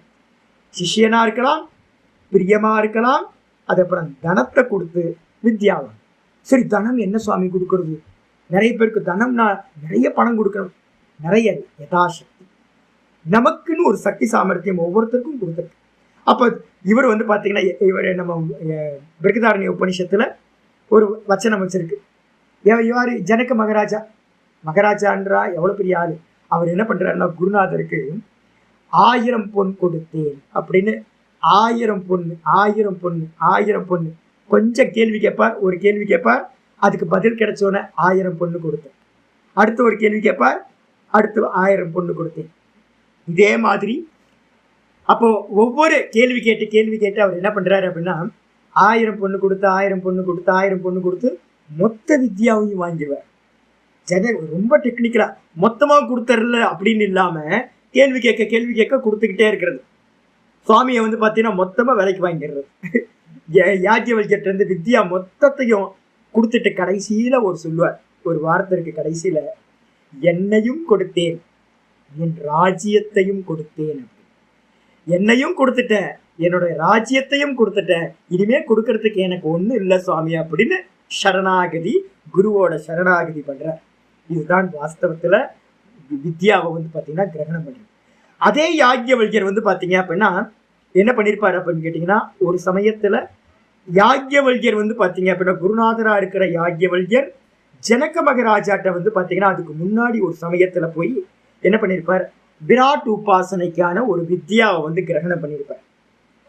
விராட் வித்யாவை கிரகணம் பண்ணதுக்கு பிறகு ஜனக மகாராஜாட்ட யாஜ்ஞவல்கியர் கேள்வி கேட்பார், நான் இதுக்கு கைங்கரியமா என்ன தட்சணை கொடுக்கணும் அப்படின்னு கேட்காரு. கேட்ட மாத்திரத்துல இவர் என்ன சொல்லுவார் அப்படின்னா, ஏதாவது ஒரு சமயம் பின்னாடி வரும், நான் அப்ப வந்து பாத்தீங்கன்னா உங்கள்கிட்ட இருந்து தட்சணையை வாங்கிக்கிறேன், இப்ப வந்து பாத்தீங்கன்னா எதுவும் தட்சணை வேணான்னு விட்டுருவார். விட்டதுக்கு பிறகு அப்ப கடன் ஆயிடுச்சா, இவருக்கு அந்த யாஜ்ஞவல்கியருக்கு என்ன இருக்கும் மனசுக்குள்ளார, ஐயோ இவர்கிட்ட இருந்து ஒரு வித்யாவை வாங்கிட்டோமே, பதிலுக்கு நம்ம எதுவும் கொடுக்காம இருக்கமே அப்படின்னு அவருக்குள்ளார வந்து பாத்தீங்கன்னா ஒரு மனசுக்குள்ளார ஒரு எண்ணம் இருந்துகிட்டே இருக்கும்போது நீண்ட காலம் கழிச்சு ஒரு சமயத்துல வந்து பாத்தீங்கன்னா ஜனக மகாராஜாவோட அரசவையில வந்து பாத்தீங்க அப்படின்னா ராஜ்ய பரிபாலனம் பண்ணிட்டு இருக்கும்போது ஒரு பெரிய வித்வத் சதஸ் நடந்துச்சு. அந்த வித்வத் சதஸ்ல நிறைய பேர் வந்து வேதாந்தத்தை எல்லாம் பேசி எல்லாம் முடிச்சதுக்கு பிறகு இவருக்குள்ளார யாஜ்ஞவல்கியருக்குள்ளார என்ன ஆயிடுச்சு அப்படின்னு கேட்டீங்கன்னா, அந்த உள்ளுக்குள்ளார இவருக்கு ஏதோ பண்ணணுமே அப்படின்னு ஒரு எண்ணம் இருந்தது. எண்ணம் இருந்தோன்னே இவர் என்ன பண்றாரு, ஜனக மகாராஜா பார்த்து கேட்கிறாரு, ஏதாவது என்கிட்ட கேட்டுக்குங்க அப்படின்றாரு. நான் உங்களுக்கு ஏற்கனவே கடன் பட்டவனா இருக்கேன், அதனால நான் இப்போ வந்து நல்ல மனசோட இருக்கேன், நீங்க வந்து என்ன பண்ணுங்க, என்கிட்ட இருந்து ஏதாவது ஒண்ணு கேட்டுக்குங்க அப்படின்னு கேட்கிறேன். சொன்ன மாத்திரத்துல ஜனக மகாராஜா இதுதான் சான்ஸ் அப்படின்னு இந்த மொத்த ஞானத்தையும் ஆத்ம வித்யாவையும் அவஸ்தாத்திரைய விசாரத்து மூலமா நிறைய கேள்விகள் கேட்டு முழு ஞானத்தையும் ஜனக மகாராஜா என்ன பண்றார், யாக்ஞவல்ய மகரிஷிட்ட இருந்து அடைஞ்சார். அப்ப வந்து பாத்தீங்கன்னா ஜனக மகாராஜாவுக்கும் யாக்ஞவல்யருக்கும் இருந்த விஷயம் என்னன்னா, வித்யா அதுவும் இருந்துச்சு. வித்யா கொடுத்து வித்யா வாங்கியிருக்கார். கூட இன்னொன்னு கூடவே நினைச்சு ரினாய கடன்பட்ட எண்ணத்தையும் கிரியேட் பண்ணி அவர்கிட்ட இருந்து வித்யா வாங்கிட்டார். அதுக்கப்புறம் மூணாவதா என்ன பண்ணார், ராஜாவா இருக்காருல்ல, அதனால வந்து பாத்தீங்கன்னா தனம் நிறைய இருக்கு, அதனால தனத்தை கொடுத்தும் வந்து பாத்தீங்கன்னா வித்யா வாங்கிட்டார். இது மாதிரி வந்து பாத்தீங்கன்னா ஒவ்வொருத்தரும் ஒவ்வொரு விதத்துல இந்த வித்யாவை சேவை மூலமா இந்த வித்யாவை பிராப்தி பண்ணணும் அப்படின்னு சொல்லியாச்சு. பாஷ்யத்துக்கு வந்து பார்த்தோம். ஆச்சாரியார் சொல்றார், தத்வித்தி. தத்வித்தின்னா என்ன அர்த்தம், விஜானிகி அறிந்து கொள்வாயாக. வித்தி அப்படின்னு எப்ப எடுத்தாலும் நல்லா கொஞ்சம் கிராமர் தெரிஞ்சவங்க இது பண்ணணும். வித்து தாத்து அபரோக்ஷே அப்படின்னு அர்த்தம் எடுக்கணும். அபரோக்ஷ ஞானத்துல வித்து தாத்து பயன்படுத்துவோம். வித ஞானே ஞா அவபோதனே ஒரு தாத்து இருக்கு, ஞானம். ஞானம்ன்றதுக்கு அர்த்தம் அவபோதம், அறிதல்னு அர்த்தம். அந்த ஞானம்ன்ற சப்தத்தை உலகத்தில் இருக்கிற எல்லா விஷயத்துக்கும் ஞானம்னு சொல்லலாம். கணித ஞானம், பிசிக்ஸ் ஞானம், கெமிஸ்ட்ரி ஞானம், இது மாதிரி எல்லாத்துக்கும் அப்ளை பண்ணலாம். ஆனா வந்து பாத்தீங்கன்னா வித்துன்ற தாத்து இருக்கு. வித்துன்ற தாத்துக்கு வந்து பாத்தீங்கன்னா வித ஞானேன்ற அதுக்கும் அர்த்தம் ஞானம் தான். ஆனா வந்து பாத்தீங்கன்னா எங்க பயன்படுத்துவோம், அபரோக்ஷே வித்து. அபரோக்ஷத்துல வந்து அபரோக்ஷ அனுபவமா எது நம்ம அறியறோமோ அந்த இடத்துல வித்துன்ற தாத்துவை பயன்படுத்தணும். இது கிராமர் தெரிஞ்சவங்களுக்கு இருக்கட்டும். ஆச்சாரிய சொல்ற வித்தி அப்படின்னா என்ன அர்த்தம் அப்படின்னா அறிந்து கொள்வாயாக. எப்படி, முதல்ல பரோட்சமா, அதுக்கப்புறம் அபரோக்ஷமா அனுபூதியா அறிந்து கொள். சரி, அதை எப்படி அறியணும், ஏன விதினா பிராப்தே இது ஆச்சாரியான் அவகம்ய. ஏன விதினா என்ன அர்த்தம், எந்த விதி பிராப்தியா இருக்கோ. எந்த விதி அப்படின்னு கேட்டீங்கன்னா, சாஸ்திரத்துல வந்து பாத்தீங்கன்னா குருவை அடைகிறதுக்கு ஒரு விதி சொல்லப்பட்டிருக்கு. குருவை அடைகிறதுக்கு வந்து பாத்தீங்க அப்படின்னா விதி என்ன விதி, குருவை அடைகிறதுக்கு வந்து பாத்தீங்கன்னா குருவை அடைகிறதுக்கு விதி என்ன சுவாமி அப்படின்னு கேட்டீங்கன்னா, முண்டகோபனிஷத்துல 1-2-12. முண்டகோபனிஷத் 1-2-12 அந்த மந்திரத்துல வந்து பாத்தீங்க அப்படின்னா அழகா சொல்லுது வந்து பாத்தீங்க அப்படின்னா, பரீட்ச லோகான் கர்மசிதான் பிராமணோ நிர்வேதமாயான் நாஸ்தி அகிருத கிருதேன. ஒரு அற்புதமான மந்திரம் இருக்கு. பரீட்ச லோகான் அப்படின்னா என்ன அர்த்தம் அப்படின்னா, இந்த உலகத்தை நல்லா எக்ஸாம் பண்ணி, நல்லா பரீட்சா பண்ணி, சோதனம் பண்ணி, இது நித்தியமா, இது நித்தியமா, இது நித்தியமா அப்படின்னு எல்லாத்தையும் கேள்வி கேட்டு இது அனித்தியம், இது அனித்தியம், இது அனித்தியம் அப்படின்னு எல்லாத்தையும் நெகேட் பண்ணிட்டு இருக்கிறது ஈஸ்வர தத்துவம் மட்டும்தான் சத்தியம், நித்தியம் அப்படின்னு அறிஞ்சு என்ன பண்ணணும், பரீட்சலோகான் கருமச்சிதான் பிராமணோ நிர்வேதம் ஆயாது. அருமையா சொல்லுது. நல்லா பரீட்சா பண்ணி அவன் என்ன பண்ணணும், முமுட்சுவானவன் இந்த லோகத்தில் இருக்க அனித்தியமான விஷயங்களில் வைராக்கியத்தை அடையட்டும். அப்ப விவேகம் பண்ணணும். விவேகம் பண்ணி இந்த உலக விஷயங்கள் எல்லாத்திலையும் வைராக்கியத்தை அடையட்டும். வைராக்கியத்தை அடைஞ்சதுக்கு பிறகு என்ன பண்ணணும், அந்த வைராக்கியத்தோட போதுமா, போதாது. அதுக்கப்புறம் அந்த ஆத்மாவை அறிந்து கொள்வதற்காக என்ன பண்ணணும் அப்படின்னா குருநாதரை போய் அடையணும். வைராக்கியம் நிர்வேதமாயாது நாஸ்தி அகிருத கிருத்தேன. இந்த ஞானம் கர்மத்தினால் முடியாது. இந்த ஞானத்தை வந்து பார்த்தீங்கன்னா விசாரத்தினாலதான் அடைய முடியும் என்று நல்லா தீர்க்கமா தெரிஞ்சுக்கிட்டு என்ன பண்ணணும், குருநாதரை போய் அடையணும். எப்படிப்பட்ட குருநாதர், ஸ்ரோத்ரியம் பிரம்மனிஷ்டம் குருமேவாபி கச்சி. குருநாதர் எப்படி இருக்கணும், யூடியூப்ல பார்த்தீங்க அப்படின்னா எல்லாம் குருநாதர்கள் தான். யூடியூபே குருநாதர் தானே. கூகுள் குருநாதர், யூடியூப் குருநாதர், அந்த யூடியூபுக்குள்ளார ஆயிரக்கணக்கான குருநாதர்கள். அதுல செலக்ட் பண்ணணும் யாரு முறையா பரம்பரையில படிச்சவங்க அப்படின்னு பார்க்கணும். அப்ப குருநாதர் மூலமா நம்ம சொல்றோம்ல, அஸ்மதாச்சாரிய பரியந்தம் சதாசிவ சமாரம்பம், சதாசிவன் ஆரம்பிச்சு நம்ம குருநாதர் வரைக்கும் பரம்பரையா வந்திருக்கணும் இந்த வித்யா. அப்ப நல்ல பரம்பரையில வந்தவரான்னு குருவை பார்க்கணும். எவ்வளவு வசதியா இருக்கார், என்ன ஆசிரமம் வச்சிருக்காரா, என்ன ஏது, இதெல்லாம் பார்க்க கூடாது. முறையா பரம்பரையில வந்தவரா பார்க்கணும். அதுக்கு அடுத்தது என்ன பார்க்கணும்? ஸ்ரோத்திரியம் பிரம்மனிஷ்டம். ஸ்ரோத்திரியம்ன்றதுக்கு அர்த்தம் பாத்தீங்கன்னா பரம்பரையில படிச்சவர். ரெண்டாவது பாத்தீங்க அப்படின்னா பிரம்மனிஷ்டம். பிரம்மனிஷ்டம்னா என்ன அர்த்தம்? அவருக்கு கோல் பிரம்மன் தான் கோலா இருக்கணும். ஒண்ணு பிரம்மத்துல எஸ்டாப்ளிஷ் ஆனவரா இருக்கணும், இன்னொன்னு பிரம்மத்தை எஸ்டாப்ளிஷ் பண்றத லட்சியமா வச்சிருக்கணும். அப்படிப்பட்ட குருநாதரை பிராப்தி பண்ணி எப்படி பிராப்தி பண்ணணும் அப்படின்னு கேட்டீங்கன்னா சமித்பாணி ஒரு லட்சணம் வச்சிருக்கு. சமித்தை பாத்தீங்கன்னா 16 சமித்து. 16 சமித்தை பாத்தீங்கன்னா கையில எடுத்துக்கிட்டு நல்லா பாத்தீங்கன்னா நம்மள்ட்ட இருக்க தட்சணையை வச்சு, வஸ்திரங்களை வச்சு, பழங்களையும் பூக்களையும் வச்சு முறையா கொண்டு சுவாமிகிட்ட கொடுத்து நமஸ்காரம் பண்ணி என்ன பண்ணணும்? இந்த வித்யாவை நான் உங்களுக்கு சிஷ்யனா ஆகிறேன் அப்படின்னு கேட்டுக்க. இதுதான் ஆச்சாரியர் என்ன பண்றாரு? ஏன விதினா பிராப்தே விதி. சாஸ்திரத்துல பாத்தீங்கன்னா எந்த விதி சொல்லப்பட்டிருக்கோ, சாஸ்திரத்துல பாத்தீங்கன்னா முண்டகோபனிஷத்துல இது மாதிரி நிறைய இடங்கள்ல பாத்தீங்கன்னா விதி சொல்லப்பட்டிருக்கு. அந்த விதிப்படி குருநாதரை பாத்தீங்கன்னா ஆச்சாரியான் அவகம்ய, ஆச்சாரியரை பாத்தீங்கன்னா முறையா அடைஞ்சு அதுக்கப்புறம் என்ன பண்ணணும்? பிரணிபாதேன. பிரணிபாத்தம்னா என்ன சுவாமி? பிரகிருஷேன. பிரகிருஷேனா நன்றாக நீ செய். நிறைய பேருக்கு என்னன்னா இதே தெரியாது. நான் பார்த்துருக்கேன். என்னன்னு கேட்டீங்கன்னா, ஓங்கார சுவாமிகிட்ட நான் இருந்தேன் கொஞ்ச நாள். ஓங்கார சுவாமி ரொம்ப புத்திசாலி, நல்ல புத்திசாலி, நல்ல பரம்பரையில வந்தவர். அதனால வைதிக பரம்பரையா இருக்கிறதுனால அவர் என்ன பண்ணுவாருனாக்கா, எங்களை பார்த்தீங்கன்னா கொஞ்சம் பேர் வச்சிருப்பார். சிஷியர்கள் பக்கத்துல இருப்போம். சிஷியர்கள் பக்கத்துல இருக்கும்போது அவர் என்ன பண்ணுவார்? யாராவது பார்த்தீங்கன்னா பெரிய பதவியில இருக்கிறவங்க வருவாங்க. இன்டைரக்டா ஒரு காரியம் பண்ணுவார் சுவாமி. என்ன பண்ணுவார் அப்படின்னா, என்னை கூப்பிடுவார், ஸ்ரீனிவாஸ் இங்க வா, விபூதி வாங்கிக்கோ அப்படிங்குவார். அப்ப விபூதி வாங்கணும், சுவாமிகிட்ட விபூதி வாங்கணும்னா என்ன அர்த்தம் தெரியுங்களா? நமஸ்காரம் பண்ணினா விபூதி கிடைக்கும். எனக்கு ஆச்சரியமா இருக்கு. ஆரம்ப காலகட்டத்துல எதுக்கு சாமி பார்த்தீங்கன்னா தான் காலையில நமஸ்காரம் பண்ணியாச்சு, விபூதி வாங்கியாச்சு.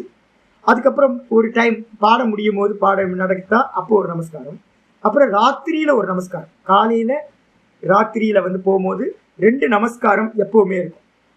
இப்ப நடுவுல எதுக்காக நம்மள நமஸ்காரம் பண்ண சொல்ற, வா விபூதி வாங்கிக்கோ அப்படின்னா எதுக்காக அப்படின்னா, எவனாவது ஒருத்தன் பாத்தீங்கன்னா பெரிய பதவியில இருக்கிறவன் சுவாமியை பார்க்க வந்திருப்பான். பெரிய பதவியில கொம்பு முளைச்சிருக்கான் அவனுக்கு, நான் பெரிய ஆளு அப்படின்னு. இவர் என்ன பண்ணுவாரு அப்படின்னு கேட்டீங்கன்னா, கீழே உள்ள வைக்கணும்ல, நமஸ்காரம் பண்ண வைக்கணும்ல.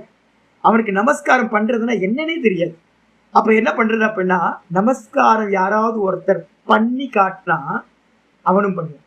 நல்ல தர்மிக இந்த உலகத்துல நிறைய பேர் இருக்காங்க, ஆனா என்ன பண்றதுன்னு தெரியாது. இப்ப நிறைய பேர் திருவண்ணாமலைக்கு வருவாங்க. திருவண்ணாமலைக்கு வந்தோம், ஃபர்ஸ்ட் எடுத்தோம் நான் சொல்லுவேன், கிரி பிரதட்சணம் போறீங்களா, சில்லறையா மாத்திக்கிட்டு வாங்க, 10 ரூபாயா மாத்திட்டு வாங்க. போற வழியில பாத்தீங்கன்னா எல்லாத்துக்கும் தட்சிணை கொடுத்துட்டே போங்க. நிறைய பேர் என்கிட்ட சொல்லுவாங்க, சுவாமி இதெல்லாம் எங்களுக்கு தெரியாது சுவாமி, என்ன பண்ணணும். நல்லவங்க, ஆனா நல்லவங்களா இருந்தாலும் என்ன பண்ணணும்னு தெரியாது. அதே மாதிரி சுவாமியை பார்க்கறதுக்கு பாத்தீங்கன்னா நிறைய பேர் வருவாங்க, நல்லவங்க வருவாங்க. ஆனா பாத்தீங்கன்னா நமஸ்காரம் பண்றது நிறைய பேருக்கு தெரியவே தெரியாது. ஒரு சுவாமியை பார்த்தோம் அப்படின்னா, ஒரு குருநாதரை பார்த்தோம் அப்படின்னா, ஒரு சன்னியாசி, சன்னியாசின்றவன் பாத்தீங்கன்னா இருக்கிறதுலயே உயர்ந்த ஆசிரமம், 4வது ஆசிரமம். அப்ப 4வது ஆசிரமமா இருக்கிற ஒரு ஆளை பார்க்கிறோம் அப்படின்னா வயசை பார்க்க கூடாது. 4வது ஆசிரமமா இருக்கிற சன்னியாச ஆசிரமத்துல இருக்கிறவன, ஒரு கிரகஸ்த ஆசிரமத்துல இருக்கிறவனோ, ஒரு வானப்பிரஸ்தத்துல இருக்கிறவனோ நல்லா விழுந்து என்ன பண்ணணும்? நமஸ்காரம். அப்ப ஓங்கார சுவாமி என்ன பண்ணுவாருன்னா, ஸ்ரீனிவாஸ் இங்க வா, நமஸ்காரம் பண்ணிக்கோ அப்படின்னு. நான் உளுந்த நமஸ்காரம் எனக்கு அதுக்கப்புறம் தெரிஞ்சு போயிடும். ஓஹோ, சாமி எவனோ ஒருத்தன் அகங்காரத்தோட நிக்கிறான், அவனுக்கு டீச்சிங் கொடுக்கறதுக்காக நம்ம சொல்றாரு அப்படின்னு. நான் பாத்தீங்கன்னா உளுந்து நான் வேண சில சமயம் என்ன பண்ணுவேன் தெரியுங்களா, 2 வாட்டி 3 வாட்டி உளுந்து நமஸ்காரம். எதுக்கு அப்படின்னு கேட்டீங்கன்னா, விழு மாவனை அகங்காரத்தோட வந்திருக்கல, விழுந்து நல்லா நமஸ்காரம் பண்ணிட்டு அகங்காரம் போட்டோம் அப்படின்னு. வேற சாய்ஸே இல்லாம நாங்க ஒரு 3 பேர் அது மாதிரி நமஸ்காரம் பண்றோம்னு வச்சுக்கோங்க. அப்போ வந்திருக்க ஆள் என்ன பண்ணுவான், வேற சாய்ஸே இல்லை, அவன் பாத்தீங்கன்னா நமஸ்காரம் பண்ணுவான் சாமி. இது மாதிரி மெதுவா சம்ஸ்காரத்தை ஏற்படுத்துறதுக்காகவே ஓங்காரம் சுவாமி என்ன பண்ணுவாருன்னு கேட்டீங்கன்னா இதை பண்ணுவார். என்ன அற்புதமான சிஸ்டம் பாருங்க நமக்கு. அப்போ ஒரு குருநாதர் இப்போ நான் ஃபேஸ் பண்றேன். நிறைய பேருக்கு பாத்தீங்கன்னா சாமியை நமஸ்காரம் பண்ணணும்னு நிறைய பேருக்கு தெரியவே தெரியாது. நல்லவங்க தான், ஆனா தெரியாது. அதை முக்கியமா தெரிஞ்சுக்கணும். சிஷ்யனா இருக்கிறோம் அப்படின்னா விழுந்து விழுந்து விழுந்து நான் என்னோட ஆச்சாரியருக்கு விழுந்து விழுந்து நமஸ்காரம் பண்ணுவேன். இங்க போன நமஸ்காரம், அங்க போன நமஸ்காரம்.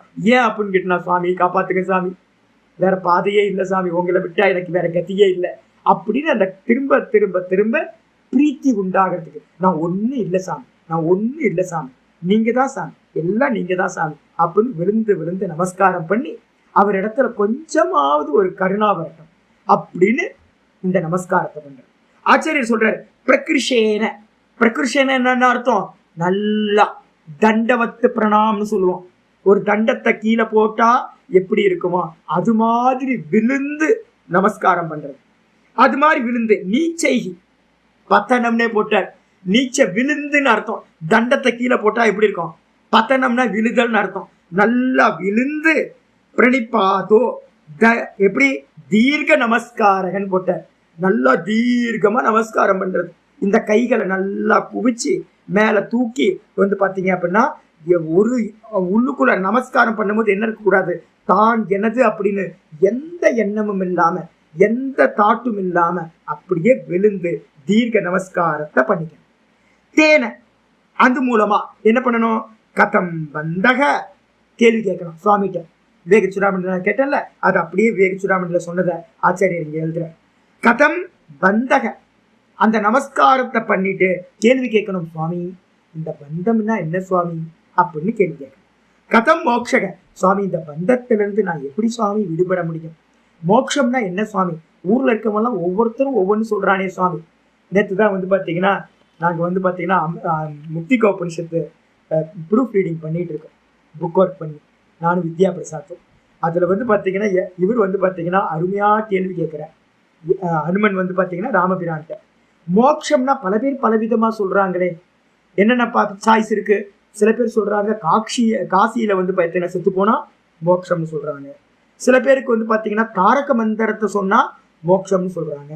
சில பேர் வந்து பார்த்தீங்கன்னா ஹரிநாம கீர்த்தனம் பண்ணிக்கிட்டு இருந்தாவே போதும், நாம ஜபம் பண்ணிக்கிட்டு இருந்தா போதும், பஜன்ஸ் பண்ணிட்டு இருந்தா போதும்னு சொல்கிறாங்க. நிறைய விதவிதமாக இருக்கே. சில பேர் யோகத்தினால மோட்சம்னு சொல்கிறாங்க. சில பேர் சாங்கிய தரிசனத்தை படித்தா மோட்சம்னு சொல்கிறாங்க. இது மாதிரி நிறைய பாசிபிலிட்டிஸ் இருக்கே. மோட்சம்னா என்ன அப்படின்னு ஹனுமன் வந்து பார்த்தீங்கன்னா ராமபிரான்கிட்ட வந்து பார்த்தீங்கன்னா கேள்வி கேட்குறேன். கேள்வி கேட்கும்போது வந்து பார்த்தீங்கன்னா மோட்சம்னா என்ன? நிறைய பேர் வந்து பார்த்தீங்கன்னா மோட்சத்துக்கு விதவிதமாக சொல்கிறாங்க. கைலாயத்தை அடையிறது, வைகுண்டத்தை அடையிறது மோட்சம் நிறைய பேர் நினைக்கிறாங்க. அப்போ ஒவ்வொருத்தரும் ஒவ்வொரு விதமாக நினைக்கிறாங்க. அப்போ மோட்சம்னா என்ன அதை கேள்வி கேட்குறது. அது மாதிரி கேள்வி கேட்டுட்டு வந்து பார்த்தீங்கன்னா கா வித்யா, வித்யானா என்ன? ஆத்ம வித்யா, ஆத்ம வித்யான்னு நிறைய சொல்கிறாங்களே. நிறைய பேர்ட்டு நான் போனோன்னே நான் வித்யாபியாசம் பண்ணிட்டு இருக்கேன், வித்யாபியாசம் ஸ்ரீ வித்யாவான்னு கேட்குறாங்க நிறைய பேர். ஏன்னு கேட்டிங்கன்னா வித்யான்றது வந்து பார்த்தீங்கன்னா உலகத்தில் எப்படி ஃபேமஸ் ஆகிருக்கு அப்படின்னா ஸ்ரீவித்யா தான் வித்யா அப்படின்னு ஆயிருக்கு. சுவாமி வந்து பார்த்தீங்கன்னா ஸ்ரீவித்யா உபாசகர் போல இருக்கு அப்படின்னு. அப்போ வித்யானா என்ன அப்படின்னு, வித்யாவில் உபாசனைக்கு பேரும் வித்யான் இருக்கு, பூஜைகளுக்கு பேரும் வித்யான் இருக்கு. அப்போ வித்யானா என்ன அப்படின்னு கேள்வி கேட்குறேன். அது மட்டும் இல்லை, காச்ச அவித்யா, அவித்யா அஜ்ஞானம்னா என்ன? வித்யானா ஞானம், அவித்யானா அஜ்ஞானம். அஜ்ஞானம்னா என்ன? மாயைனா என்ன? அவித்யானா என்ன? இது பரிப்பிரஷ்ன. இது எல்லாம் இதுக்குள்ளார வந்துருச்சு. மொத்த கேள்வியே இவ்வளவுதாங்க. மொத்தம் 4 கேள்வி. பந்தம்னா என்ன? மோட்சம்னா என்ன? பந்தத்தை நீக்கக்கூடியது எது? வித்யா. அந்த வித்யான என்ன? பந்தத்துக்கு காரணமா இருக்கிற அவித்யான என்ன? இந்த 4 கொஸ்டினுக்குள்ளார மொத்த வேதாந்தமும் வந்து விடுகிறது. இதை கேட்டு வந்து பார்த்தீங்கன்னா சேவையா கூட என்ன பண்ணணும்? கேட்டுக்கிட்டு இருக்கும் போதே என்ன பண்ணணும்? முன்னெழுந்து பின் தூங்கி. யாருக்கு? பத்தினிக்கு வந்து பார்த்தீங்க அப்படின்னா ஒய்ஃபுக்கு வந்து பார்த்தீங்கன்னா இந்த அக்ஷரம் சொல்லுவோம், ஹஸ்பண்ட் எழுந்துக்கிறதுக்கு முன்னாடி எழுந்திரிச்சுக்கணும். அதே மாதிரி குருநாதர் வேக்கப் ஆகிறதுக்கு முன்னாடி நீங்க வேக்கப் ஆயிரணும். அதுக்கு அடுத்தது வந்து பார்த்தீங்க அப்படின்னா குருநாதரை தூங்க வச்சதுக்கு பிறகுதான் நீங்க தூங்க போகணும். எவ்வளோ கஷ்டம் தெரியுங்களா? இருக்கிறது மோசமான ஒரு பனிஷ்மெண்ட் யாருக்காவது கொடுக்கணும்னா குரு சேவை பண்ணு, குரு கூடையே இருக்குன்னு சொல்லிட்டீங்கன்னு வச்சுங்க, அடி அடி அடி அடி அடி கிடைக்கும் பாருங்க. ஏன் தெரியுங்களா? அகங்கார நாசம் சகிக்க முடியாது. நான்லாம் வந்து பார்த்தீங்கன்னா இவர் மனுஷனான்னு பார்த்துருக்கேன். ஆரம்ப காலகட்டத்தில் ரிஷிகேஷ்க்கு போய் சேர்ந்த மாத்திரத்தில் அவர்கிட்ட குருக்கிட்ட போய் சேர்ந்தேன்னா பர்ஃபெக்ஷன் பர்ஃபெக்ஷன் பர்ஃபெக்ஷன். இதை பண்ணுனா குத்தம், அதை பண்ணுனா குத்தம், ஒரே குத்தம். நமக்குள்ளார ஒரு கில்ட்டி உண்டாயிரும். என்னன்னா மனுஷன் இப்படிலாம் இருக்காங்க அப்படின்னு. நமக்கு எப்படி ஜீவிக்கிறதுனே தெரியாது. ஆனா அவங்க பண்ற காரியம் எல்லாமே, குருநாதர் பண்ற காரியம் எல்லாம் பர்ஃபெக்ஷனா இருக்கும், நேர்த்தியா இருக்கும். யோக கர்மசு கௌசம். நமக்கு வந்து பாத்தீங்கன்னா ஏதோ காட்டுவாசி மாதிரி வாழ்ந்துட்டு இருக்கோம். நம்ம எப்படியாவது எதையாவது பண்ணிட்டு இருக்கோம். குருநாதர் பக்கத்துல போனாதான் தெரியும், ஐயோ ரொம்ப கஷ்டங்க. ஆரம்ப காலகட்டத்துல மெதுவா மெதுவா மெதுவா கஷ்டமா இருக்கும். அதுக்கப்புறம் எனக்கு டெய்லி வந்தோடனே வரையும் மனுஷனா இருந்தாலும் ஒரு ஒரு பிரைஸ் பண்ண மாட்டார். எந்த காரியத்தும் குருநாதர்கள் என்ன பண்ணுவாங்கன்னா, எந்த காரியம் பண்ணாலும் ஒரு திருப்தியே உண்டாகாத ஜீவன் இந்த உலகத்துல இருக்காருன்னா குருநாதர்கள் தான். அவ்வளவு ஈஸியா திருப்தி உண்டாகவே உண்டாகாது. ஏன் தெரியுங்களா? ஸ்துதி பண்ணிட்டோன்னு என்ன ஆயிடும், நல்லா பண்றப்பா, நல்லா சூப்பரா பண்றப்பா அப்படின்னா என்ன ஆயிடும், அகங்காரம் வந்துடும். அதனால குருநாதர்கள் வந்து பாத்தீங்கன்னா அவங்கள்ட்ட இருந்து ஒரு நல்ல வார்த்தை வாங்குறதுக்குள்ளார அவ்வளவுதான், நம்மகிட்ட இருக்கிறதெல்லாம் உயிர் போயிடும். அது மாதிரி வந்து பாத்தீங்கன்னா சேவை. ஒரு கடைக்கண் பார்க்க மாட்டாரா? ஒரு நல்ல வந்து பாத்தீங்கன்னா நல்லா பண்ணிருக்கானே அப்படின்னு ஒரு சிரிப்பு தெரியாதா? ஒன்னும் பார்க்க முடியாது. நம்ம பாட்டுக்கு மாங்கு மாங்கு மாங்கு மாங்குன்னு வேலை செஞ்சுக்கிட்டே இருக்க வேண்டியதுதான். காலையில இருந்து ராத்திரி வரைக்கும் பார்த்து பார்த்து பார்த்து பார்த்து அதுல குறையா சொல்லிட்டு இருப்பாங்க. மாமியார் மாதிரி, மாமியார் ரொம்ப மோசமான மாமியாரா இருந்தா எப்படி பண்ணுவாங்க? குறை சொல்லிக்கிட்டே இருப்பாங்க. மருமகள்கிட்ட வந்து நிம்மதியாவே இருக்க முடியாது. அது மாதிரி கடி கொடுத்தனம் போடலாமன்னு வந்து பாத்தீங்கன்னா மருமகளுக்கு எப்படி தோணுமோ அதே மாதிரி வந்து பாத்தீங்கன்னா ஆரம்ப காலகட்டத்துல எனக்கெல்லாம் தோணிருக்கு, நம்ம போயிடலாமா, இவர்கிட்ட இருந்து வந்து பாத்தீங்கன்னா ஒண்ணு நடக்காது, நம்ம ரொம்ப ஹிம்சை பண்றாரு அப்படின்னு. அதுக்கப்புறம் தான் தெரிய ஆரம்பிச்சு. ஒரு 6 மாசத்துக்கு அப்புறம் அவர் பண்ணி பண்ணி பண்ணி ஒரு காரியத்தை நம்ம குறை சொல்லி குறை சொல்லி குறை சொல்லி பண்ணிக்கிட்டே இருக்கோம்ல, நம்ம லைஃப் வந்து பாத்தீங்கன்னா அவர் என்னவா இருக்காரோ அது மாதிரி நம்ம லைஃப் மாறிடும், ஹேபிட் ஆயிடும். அவர் பண்ற காரியங்கள் எல்லாம் வந்து பாத்தீங்கன்னா, இப்ப நான் நிறைய காரியங்கள் டிசிப்ளினா ஏதாவது என்கிட்ட இருந்துச்சு அப்படின்னா அந்த டிசிப்ளின் எல்லாம் நான் குருநாதருக்கு பண்ண சேவையினால வந்தேன். நான் இப்ப என்னோட சிஷியர்கள் சொல்றேன், கவனிங்க, அவேர்னஸோட இருங்க, அவேர்னஸோட இருங்க. நேற்று வந்து பாத்தீங்கன்னா 2 நாளுக்கு முன்னாடி சதானந்தம் வந்தார். அவருக்கு தலையிலேயே 4 குட்டு குட்டு குட்டு குட்டு குட்டு 4 குட்டு. எதுக்கு அப்படின்னா பிடிச்சி நல்லா திட்டி வந்து பாத்தீங்கன்னா கிழிச்சு போட்ட மாதிரி, பேப்பரை கிழிச்சு போட்ட மாதிரி தூக்கி போட்டார். எதுக்காகனா மாடு மாதிரியா இருக்கிறது. Awareness, awareness. எந்த காரியம் பண்றதா இருந்தாலும் அவேர்னஸோட பண்றது. அப்ப அந்த அவேர்னஸ் எப்படி வரும் அப்படின்னு கேட்டீங்கன்னா, குரு சேவையில பண்ணினீங்கன்னு வச்சுங்க, வாய் பொத்தி கை கட்டி வாய் பொத்தி ஒரு காரியத்தை பண்ணணும். ஃபுல் அவேர்னஸ்ல இருக்கணும். சுவாமி வந்து பாத்தீங்கன்னா பார்த்தாருன்னா என்ன அர்த்தம்னு தெரியும், கையை தூக்குனாருன்னா என்ன அர்த்தம்னு தெரியும், எந்திரிச்சாருன்னா என்ன அர்த்தம், உட்கார்ந்தாருன்னா என்ன அர்த்தம் அப்படின்னு அவ்வளோ அவேர்னஸ் வந்துடும் உங்களுக்கு. ஃபுல் டைம் வந்து பாத்தீங்கன்னா சுவாமியவே கவனிச்சு கவனிச்சு கவனிச்சு கவனிச்சு ஆச்சாரிய உபாசனம் வந்துருது. ஆச்சாரியரை வந்து பாத்தீங்கன்னா உபாசிச்சுக்கிட்டே இருக்கிறது. இப்ப எனக்கு ஏன் சுகர் வந்துச்சு அப்படின்னா நான் மனசுல அப்பப்ப நினைச்சுப்பேன், என்னோட ஆச்சாரியரை அதிகமா சிந்தனை பண்ணி அவரையே உபாசனை பண்ணதுல அவர்கிட்ட இருக்கிறதெல்லாம் என்கிட்ட வந்துருச்சு. அவர்கிட்ட இருக்கிறதெல்லாம் கிஃப்டா என்னெல்லாம் வந்துச்சோ. இப்ப இந்த தேகம் வந்து இன்னைக்கு கஷ்டப்படுது பாத்தீங்களா, இதே மாதிரி என்னோட ஆச்சாரியரோட தேகமும் ரொம்ப கஷ்டப்படும். பிராரப்தம் வந்து பாத்தீங்கன்னா ரொம்ப கஷ்டம். அதை நான் இப்ப அப்பப்ப நினைச்சுக்கிறது. என்னோட ஆச்சாரியர் அதிகமா சிந்திக்கிறதுனால வந்து பாத்தீங்கன்னா எனக்கு என்னாச்சு, அவர்கிட்ட இருக்கிற தேக உபாதைகள் எல்லாம் எனக்கும் வந்துருச்சு போல இருக்கு அப்படின்னு சும்மா சொல்றேன் நானு. அப்ப ஆச்சாரிய உபாசனம் எப்படி இருக்கணும், சதா காலமும் அவரையே சிந்திச்சுக்கிட்டு இருக்கு. அது என்ன கொடுக்கும் அப்படின்னு கேட்டீங்கன்னா, உங்களுக்குள்ள பியூரிட்டியை கொடுத்துக்கிட்டே இருக்கும். பாப்பங்கள் எல்லாம் நஷ்டமா. குரு சேவை மாதிரி இந்த உலகத்துல வேற எதுவுமே இல்லை. அப்ப அந்த குரு சேவையை பண்ணிட்டு குரு சுசுரூஷயா, குரு சேவையை பண்ணிக்கிட்டு வந்து பாத்தீங்கன்னா கேள்விகள் கேட்கப்பட வேண்டும். அது மட்டும் இல்லாம ஏவம் ஆதீனா பரி பிரஸ்ரயேன, சரி ரொம்ப அற்புதமா சொல்ற, குரு உபசதனம் விதிப்படி, அதுக்கப்புறம் பிரணிபாதனம் நல்லா நமஸ்காரம் பண்றது, கூட வந்து நல்ல கேள்விகளை கேட்கிறது, கூட வந்து பாத்தீங்க அப்படின்னா சேவையை பண்றது. நான் எனக்கு தெரியும், என் கூட வந்து பாத்தீங்க அப்படின்னா ஒரு 400 பேர்கிட்ட என் கூட படிச்ச ஸ்டூடெண்ட் வந்து பாத்தீங்கன்னா வித்தியார்த்திகள், பெரு சாதுக்கள், சன்னியாசிகள், பிரம்மச்சாரிகள் தான். ஒரு 400 பேர். பிரஸ்தானத்திரையை மட்டும் கம்ப்ளீட்டா வந்து பாத்தீங்கன்னா முடிக்கும் போது 55 பேர். ஒவ்வொரு பாடத்துக்கும் வந்து பாத்தீங்கன்னா 150 பேர் 200 பேர்லாம் வந்து போயிட்டே இருப்பாங்க. என்னோட சுவாமிகிட்ட பாடம் படிக்கிறவங்க 150-200 சாதுக்கள் மட்டும் ரிஷிகேஷ்ல. ஆனா வந்து பாத்தீங்க அப்படின்னா பாடத்துல நான் கத்துக்கிட்டதை காட்டியும் சுவாமிகிட்ட வந்து பாத்தீங்கன்னா என்ன பண்ணுவாங்க, காலையில டீ கொடுக்கறதுக்கு ஆரம்பிப்பேன். அவர் கூட ஃபர்ஸ்ட் யோகாசனம் பண்றது, அதுக்கப்புறம் வந்து அவர் கூடயே இருந்து அவருக்கு டீ போட்டு தர்றது, அவருக்கு வந்து பார்த்தீங்கன்னா பெட் எல்லாம் சரியாக பண்ணி வைக்கிறது, ஒவ்வொரு கூடயே இருந்து சேவை பண்ணிக்கிட்டே இருக்கும்போது, சாமி நேத்து இந்த இந்த கொஸ்டின் வந்துச்சுல சுவாமி, இன்னைக்கு அந்த பாடத்துல இது வந்துருமா சுவாமி? பாடத்துக்கு முன்னாடியே பாடத்துல என்ன நடக்குமோ வருமோ அதை பத்தி கேள்வி கேட்க ஆரம்பிச்சு. வெயிட் பண்ணு, இது வரப்போகுது, இன்னைக்கு வரப்போகுது இது அப்படின்னு ஆச்சாரிய சுவாமி என்ன பண்ணுவார், மெதுவா என்னோட மனசை வந்து ப்ரிப்பேர் பண்ண ஆரம்பிச்சுவார் வித்யாவுக்கு முன்னாடியே. அப்போ 1 மணி நேரமா மெதுவா கேள்வி கேட்டு அன்னைக்கு பாடத்துல நடக்க வேண்டிய விஷயத்தெல்லாம் பாதி விஷயத்த பாடத்துக்கு முன்னாடியே நான் அவர்கிட்ட என்ன பண்ணுவேன், கிரகணம் பண்ணுவேன். அதுக்கப்புறம் பாடம் முடிஞ்சதுக்கு அப்புறம் அவர் கூடயே வந்து பார்த்தீங்கன்னா அவருக்கு தேவையான ஃபுட் எல்லாம் மேக் பண்ணி அவர் கூட கொடுத்து அவர் கூடயே ஹெல்ப் பண்ணிக்கிட்டே இருந்து கேள்வி கேட்டுக்கிட்டே இருக்கிறது. சாமி இன்னைக்கு பாடத்துல எப்படி சொன்னீங்களா சாமி, அப்படி சொன்னீங்களா சாமி, இதுக்கு என்ன அர்த்தம் சாமி, அதுக்கு என்ன அர்த்தம் சாமி அப்படின்னு கேள்வி கேட்டுக்கு அரிச்சு எடுக்கிறது. இந்த கை குழந்தை வந்து பார்த்தீங்க அப்படின்னா அந்த நடக்கிற குழந்தைங்க வந்து அம்மாவோட முந்தியை பிடிச்சிக்கிட்டே அலையும் தெரியுங்களா. அம்மாவோட முந்தானையை விடவே விடாதுங்க, எங்கே போனாலும் முந்தானையை பிடிச்சிக்கிட்டே அலையிற குழந்தைங்க. அது மாதிரி ஆச்சாரியரோட கூடையே இருக்கிறது. கூடையே இருந்து கடைசியில் 9-10 மணிக்கு போடா அப்படின்னு சொன்னாதான் போற.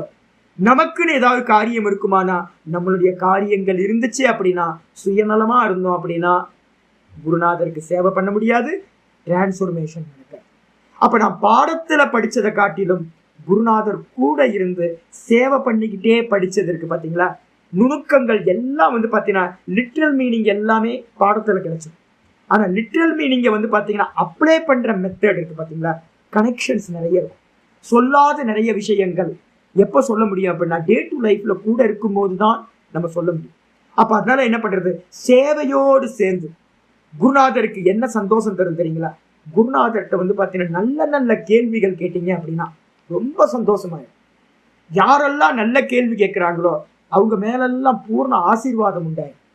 தேவச்சிராமணியில வந்து பார்த்தீங்கன்னா ஆச்சாரியார் இந்த கேள்வி கேட்ட மாத்திரத்துல ஆச்சாரியர் வந்து பார்த்தீங்க அப்படின்னா சொல்ற தன்யோசி 50வது விவேகச்சிராமணியில 50வது ஸ்லோகத்துல சொல்ற, கேள்வி கேட்கிறான் என்ன பந்தம்னா என்ன, மோட்சம்னா என்ன அப்படின்னு அவன் கேள்வி கேட்டோன்னே இவருக்குள்ளார ஒரு சந்தோஷம். முமுக்ஷுனா இதான கேள்வி கேட்கணும் அப்படின்னு அவர் சொல்றாரு.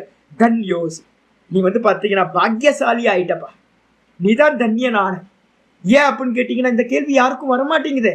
நீ வந்து பார்த்தீங்கன்னா உனக்குள்ளார இந்த கேள்வி சம்சாரம்னா என்ன, பந்தம்னா என்ன, மோட்சம்னா என்ன, அப்படி ஒரு கேள்வி வந்துச்சு அப்படின்னா பாக்கியமாயிட்ட, நீ பொழைச்சிப்ப, எப்படியாவது உனக்கு மோட்ச மார்க்கத்துக்குள்ளார என்டர் ஆயிட்ட, அதனால நீ பாக்கியசாலியானாய். அது மட்டும் இல்ல, கிருதகிருத்தியோசி, நீ செய்ய வேண்டியதை எல்லாத்தையும் செய்தவனாய். என்ன அர்த்தம், இனிமே வந்து பார்த்தீங்கன்னா நீ கர்மத்துக்குள்ளார போக மாட்டேன், என்கிட்ட வந்துட்ட, இந்த கேள்வி உனக்கு வந்துடுச்சு அப்படின்னா மெதுவா மோட்ச மார்க்கத்துல நீ பிரவருத்தி பண்ணிட்ட, அதனால செய்ய வேண்டியது எல்லாத்தையும் செய்தவனானாய். அது மட்டும் இல்ல, பாவித்தம் தே குலம் துவயா, உன்னுடைய குலம் வந்து பார்த்தீங்கன்னா என்ன ஆயிடுச்சு அப்படின்னா, பாவித்தம் அப்படின்னா என்ன அர்த்தம், பவித்திரமாயிடுச்சு. உன்னுடைய குலம் பாவித்தம், உன்னுடைய குலமே பவித்திரமாயிடுச்சு. நல்லா கேட்டுங்க. இப்ப நம்ம இந்த குழந்தைங்களுக்கு, நம்ம பேர குழந்தைங்களுக்குலாம், நம்ம அம்மாக்கு நம்ம அப்பாவுக்கெல்லாம் பண்ற காரியத்துல மிகப்பெரிய காரியம் இந்த ஒரு முக்கியமானது. இந்த வேதாந்த விசாரம் பண்ணி ஒரு க்ஷணமாவது நம்ம தன்னோட சொரூபத்துல நின்றுட்டோம் அப்படின்னா நம்ம குலம் பவித்திரமாயிடும். ஆச்சாரிய சொல்ற, உன்னுடைய குலம் பவித்திரமாகி விட்டது. ஏன் எது அவித்யா பந்த முக்தியா பிரம்மி பவித்து மிச்சசி.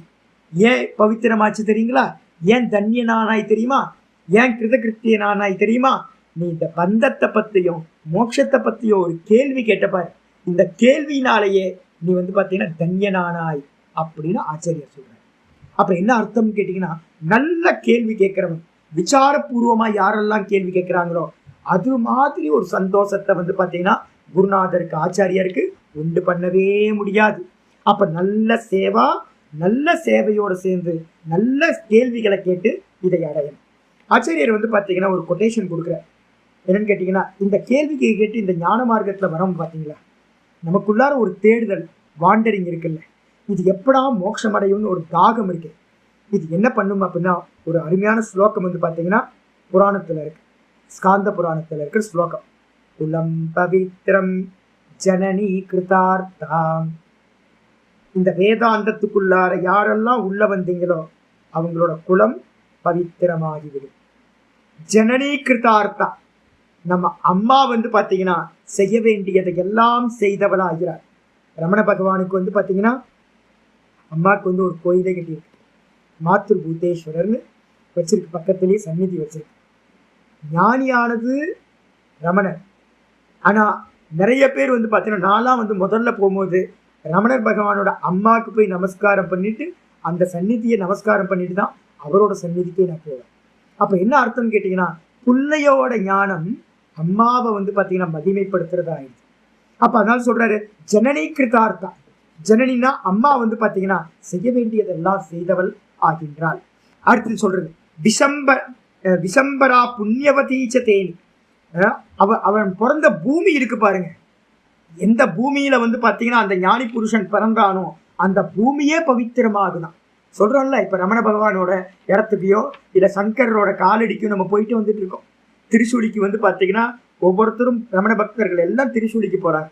ராமகிருஷ்ண பரமஹம்சரை தேடி வந்து பார்த்தீங்கன்னா இங்க இருக்கிறவங்க எல்லாம் கல்கட்டாக்கு தட்சிணேஸ்வரத்துக்கு போறாங்க. எதுக்காக அப்படின்னு கேட்டீங்கன்னா, அவங்கவுங்க புண்ணிய பூமி, அவங்க பிறந்த பூமி புண்ணியத்தை அடைந்ததாகுது. லீனம் பரே பிரம்மணி எஸ்ய சேதக. எவனுடைய சித்தம் பிரம்மத்தில லயமாச்சோ அவனுக்கு இதெல்லாம் பலனா சொல்லப்பட்டிருக்கு. அப்ப இதுக்கு ஆரம்பம் எது? அப்ப நான் குருட்ட இருந்து கேள்வி கேட்டு ஞானத்தை அடைகிறது. அதனால வந்து பாத்தீங்கன்னா ஆச்சாரியர் இங்க சொல்றாரு, ஏவம் ஆதீனா. இந்த விதமா குருவை அடைதல், நமஸ்காரம் செய்தல், சேவையோடு கேள்விகளை கேட்டல். இந்த விதமா பிரஸ்ரயேன. பிரஸ்ரயேன அப்படின்னா நன்றா குருவை வந்து பாத்தீங்கன்னா சார்ந்து இருந்து கொண்டு குருவை வந்து ஆசிரியம் பண்ணணும். குருவை ஆசிரியம் பண்றதுனால இப்ப என்கிட்ட வந்து பாத்தீங்கன்னா கொஞ்சம் பேர் பாடம் படிச்சாங்க. ஒரு 15 சாதுக்கள் பிரஸ்தானத்திலையும் படிச்சாங்க. லாஸ்டா பிரம்மசூத்திரம் முடிக்கும் போது ஒரு 15 பேர் இருந்தாங்க. 15 பேர்த்துல வந்து பாத்தீங்கன்னா ஒரு 5 பேர் வந்து பாத்தீங்கன்னா என்னையே சார்ந்து இது வரைக்கும் வந்துகிட்டே இருக்காங்க. அப்ப என்னையே சார்ந்து இருக்கிறவங்க, என்னோட டச்சிலேயே என் கீழேயே இருக்கிறவங்களுக்கு என்ன நடந்துச்சு? அப்ப நான் சிரவணம் முடிஞ்சது, மனநமும் வந்து பாத்தீங்கன்னா நித்திய சுவாத்தியாயம் போய்கிட்டே இருக்கு. யாரெல்லாம் வந்து பாத்தீங்கன்னா குருவை ஆசிரியம் பண்ணாம விலகி போனாங்களோ அவங்கெல்லாம் நூல் அருந்தப்பட்ட மாதிரி அப்படியே காத்துல கலைஞ்சு போன மேக மாதிரி ஆயிடுறாங்க. அப்ப என்ன பண்ணணும்னு கேட்டீங்கன்னா, நல்ல மனனம் பண்ற வரைக்கும் குருவை சார்ந்தே இருக்கணும். குருட்டருக்கு வித்யாவை வாங்கணும், திரும்ப வந்து அவர் கூடயே இருந்து நல்ல மனனத்தை பண்ற வரைக்கும் குருவோட ஆசிரியம் இருக்கணும். அதனால்தான் இங்க சொல்றது பிரஸ்ரயேன. நல்லா குருவை சார்ந்து இருப்பதன் மூலமா ஆவரிஜிதா ஆச்சாரியா உபதேக்ஷந்தி. ஆவரிஜிதானா நீங்க கேட்ட கேள்விகள் எல்லாத்தையும் ஒண்ணு கூட விட்டு போகாம குருநாதர்கள் என்ன பண்றாங்க? உபதேசிக்கின்றார்கள். இப்ப நான் வந்து பாத்தீங்கன்னா என்னோட ஆச்சாரியர்கிட்ட இருந்து பிரம்மசூத்திரம் முடிச்சுட்டு வெளியில வந்தேன். என்னோட ஆச்சாரியர்கிட்ட இருந்து வந்ததுக்கு பிறகு எனக்கு ஒரு கேள்வி மேல கேள்வியை எழலைங்க. இது வரைக்கும் வந்து பாத்தீங்கன்னா இது என்ன அது என்ன ஒண்ணும் இல்லை. ஏன் அப்படின்னா என்னோட ஆச்சாரியர்கிட்ட வந்து பாத்தீங்கன்னா நான் கூடயே இருந்து இந்த ஞானத்தை எப்படி வாங்கியிருக்கேன்னா, ஃபுல் ஃபீஸ்ட் 54 ஐட்டம் வச்சு சாப்பிட்டா எப்படி திருப்தியோட இருக்குமோ அது மாதிரி வந்து பாத்தீங்கன்னா என்னோட ஆச்சாரியர்கிட்ட இருந்து வித்யாவை சாப்பிட்டுருக்கேன். இது வரைக்கும் வந்து பாத்தீங்கன்னா சத் சங்கம் அவர் என்ன சொல்லுவார், இவர் என்ன சொல்லுவார், எங்கேயுமே போகல. ஏன் அப்படின்னா பூரணமான ஞானம் ஆச்சாரியரோட சேவையிலிருந்து நமக்கு பிராப்தி ஆகுது. இந்த சேவையினால என்ன கிடைக்கும் அப்படின்னு கேட்டீங்கன்னா, சொன்னதும் நமக்கு தெரியும், குருநாதர் சொல்லாததும் நமக்கு வந்து பாத்தீங்கன்னா தெரியும். அவர் என்ன பண்றாரு அப்படின்னு கேட்டீங்கன்னா, அந்த ஞானத்தோட கீயை வந்து பாத்தீங்கன்னா நம்ம கையில கொடுத்தாரு. கொஞ்சம் கொஞ்சமா கொடுத்துக்கிட்டு இருந்தவர், இந்தாப்பா கீ வச்சுக்கோப்பா, இனிமே வந்து பாத்தீங்கன்னா உனக்கு எவ்வளவு ஞானம் வேணுமோ எடுத்துக்கோ அப்படின்னு வந்து பாத்தீங்கன்னா ஓப்பன் பண்ணி விட்டுருங்க. அந்த ட்ரெஷரியே வந்து பாத்தீங்க அப்படின்னா என்ன ஆகுது? ஓப்பன் ஆயிடுது ஞானம்ன்ற ட்ரெஷரி. அப்ப குருநாதர் சொன்னதும் குருநாதர் சொல்லாததும் பூரணமா நமக்கு விளங்கும். ஆனா அவங்க என்ன பண்ணுவாங்க? பூரணமா ஒரு கேள்வி, நம்ம கேட்ட கேள்வி விடாம பூரணமா உபதேசிக்கின்றார்கள். கதையிஷ்யந்தி. உபதேசியந்தினா கதையிஷ்யந்தி. அது மட்டும் இல்ல, தே ஞானம். தேனா உனக்கு அந்த ஞானத்தை. எந்த ஞானம்? யதோக்த விசேஷனம். சொல்லப்பட்ட விசேஷணத்தை உடையது. என்ன சொல்லப்பட்டது விசேஷனம்? நம்ம 18வது ஸ்லோகத்திலிருந்து 24வது ஸ்லோகம் வரைக்கும் படிச்சது. இப்ப அடுத்த ஸ்லோகம் படிக்க போறோம். அதுல சொல்லப்பட்ட விதமா எந்த ஞானம் இருக்கோ 2வது அத்தியாயத்துல 13வது ஸ்லோகத்துல இருந்து 30வது ஸ்லோகம் வரைக்கும் ஆத்ம தத்துவம், அந்த விஷயத்தையும் சொல்லப்பட்ட முறைப்படி அந்த ஞானத்தை உங்களுக்கு உபதேசிப்பார்கள். யாரு? ஞானிக. ஞானிகளா இருக்கக்கூடிய ஆச்சாரியர்கள். ஆச்சாரியர் சொல்ற அடுத்து ஞானவந்தக அப்படி ஞானத்தை உடையவங்களா இருந்தாலும் கூட என்னன்னு கேட்டா கேச்சித்து யதாவத்து தத்துவ தரிசன சீலாகா. சில பேர் தான் வந்து பாத்தீங்கன்னா உள்ளது உள்ளபடி அறிந்தவங்களா இருப்பாங்க. ஏன் அப்படின்னா ஒரு 50 பேர் பாடம் படிக்கணும்னு வச்சுங்களேன், 50 பேர்த்துலையும் விதவிதமா ஒவ்வொருத்தரோட பரிப்பக்குவமும் ஒவ்வொரு விதமா இருக்கும்.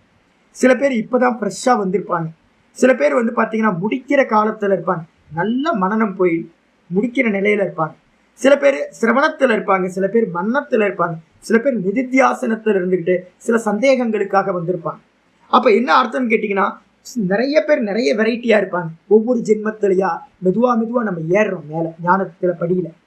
இதுல வந்து பாத்தீங்க அப்படின்னா சில பேருக்கு அனுபூதி ஆயிருக்கும், சில பேருக்கு அனுபூதி ஆயிருக்காது. அப்ப அதனால ஆச்சரியம் சொல்றாரு, ஞானத்தை உடையவங்களா இருந்தாலும், ஞானம்னு என்ன அர்த்தம்? சப்தம் அர்த்தம், சப்தம் அர்த்தம் ஞானம், பரோட்ச ஞானம். பரோட்ச ஞானம் நிறைய பேருக்கு இருந்தாலும் கூட சில பேர் மட்டும்தான் கேச்சித்து, சில பேர் மட்டும்தான் யதாவத்து தத்துவ தரிசன சீரா, உள்ளதை உள்ள மாதிரி வந்து பாத்தீங்கன்னா அந்த பிரம்ம தத்துவத்தை பார்க்கின்றவர்களா தரிசனம் பண்றவங்களா தன்மை உடையவர்களா இருக்கிறார்கள். அதனால அப்பரே அதுக்கு அந்நியமா இருக்கிறவங்க என்ன பண்ணுவாங்கன்னா அப்பரே ந அதோ. சில பேர் வந்து பாத்தீங்கன்னா நிறைய குருமார்கள் இருக்காங்க, அவங்கவுங்க மோட்டிவேஷன்லாம் வேற மாதிரி இருக்கும், இன்டென்ஷன்லாம் வேற மாதிரி இருக்கும், எய்ம் எல்லாம் வேற மாதிரி இருக்கும். நிறைய கிளாஸ் எடுத்து வந்து பாத்தீங்கன்னா ஒரு ஆசிரமம் கட்டணும்னு ஆசை இருக்கும். அப்ப என்ன ஆயிடுன்னு கேட்டீங்கன்னா பிரம்மனிஷ்டன் அவர்கள் இல்லை. இந்த பிரம்மத்துல நிக்கிறதுக்கு அந்நியமா நீங்க வேற எதையாவது ஆசைப்பட்டு யாராவது சொல்லி கொடுத்தாங்க அப்படின்னா அவங்க சரியான ஆச்சாரியர்கள் இல்லவே இல்லை. அப்ப பிரம்மத்துல நிக்கிறதுக்கான முயற்சி பண்ற ஆச்சாரியர்கள் யார் இருக்காங்களோ அவங்கள்ட்ட தான் பாடம் படிக்கணும். மற்றவங்கள்ட்ட பாடம் படிச்சீங்க அப்படின்னா என்ன ஆகும்? அதோ டிஷினஸ்டி தத்துவ தரிசனம் இது. அதனாலதான் இங்க சொல்லுது என்னன்னு கேட்டீங்கன்னா தத்துவத்தை பார்க்கின்றவர்கள், ஞானத்தை உடையவனா இருக்கணும், தத்துவத்தை பார்க்கின்றவனா இருக்கணும். என்ன அர்த்தம் அப்படின்னா பரோட்ச ஞானம் நல்லா இருக்கணும், கூடவே அபரோக்ஷ ஞானத்தை உடையவங்களா இருக்கணும், இல்லைன்னா அபரோக்ஷ ஞானத்தை அடையறதுக்கான முயற்சியில இருக்கு. அப்படிப்பட்டவங்க தான் வந்து பாத்தீங்கன்னா தத்துவ தரிசனகன்னு விசேஷணத்தினால சொல்லப்படும். ஆச்சரிய ஏன் சொல்லணும் அந்த மாதிரி? ஆச்சரிய சொல்ற ஏ சமயக்கு தரிசன, எவர்கள் அந்த தத்துவ தரிசனத்தை உடையவங்களா இருக்காங்களோ, நல்ல ஞானம் இருக்கோ, தைஹி அவர்களால் உபதிஷ்டம் ஞானம், அவர்களால் உபதேசிக்கப்பட்ட ஞானம் என்ன பண்ணுது அப்படின்னா காரியக்ஷமம் பவதி. காரியக்ஷமம்னா அவித்யாவை நாசம் செய்வதாக ஆகின்றது, மோட்சத்தை கொடுப்பதாக ஆகின்றது. பவதி ந இதரத்து. மற்றவங்கள்ட்ட படிச்சோம் அப்படின்னா கன்ஃபியூஸ் தான். நிறைய பேர் வந்து பாத்தீங்கன்னா சப்தம் அர்த்தம் மட்டும் டிராவல் பண்றாங்க. ரொம்ப துக்கமா இருக்கு. சப்தம் அர்த்தத்தை தாண்டி சொரூபத்துக்கு கொண்டு போகணும். நல்ல ஞானத்தையும் வைராக்கியத்தையும் ஒருத்தர் உண்டு பண்றவங்களா இருக்கணும். வைராக்கியம் இல்லாத ஞானம் தான் இப்ப எல்லா இடத்துலையும் சொல்லப்படுது. நல்லா தெரிஞ்சுங்க. என்னன்னு கேட்டீங்கன்னா நாம ரூபத்தை நீக்குனாதான் அதிஷ்டான ஞானம் கிடைக்கும். தங்கத்தை பார்க்கணும் அப்படின்னா ஆபரணத்துல இருக்கிற புத்தி மறையும். இதுதான் வைராக்கியம். இப்ப நிறைய பேர் என்ன பண்றது, வைராக்கியத்தை சொல்றதே இல்லை. எல்லாரும் என்ன பண்றாங்கன்னா சப்த அர்த்தத்தை மட்டும் சொல்லிட்டே போறாங்க. அதனால மோட்சம் கிடைக்குமானா மோட்சம் கிடைக்காது. அப்ப அதனால ஆச்சாரிய சொல்றாரு ந இதரத்து, மற்றவங்களால வந்து பாத்தீங்கன்னா சப்த அர்த்தத்தை தெரிஞ்சவங்களால ஞானம் கிடைக்குமானா உங்களுக்கு சப்த அர்த்தம் தெரியும், ஞானம் உண்டாகவே உண்டாகாது.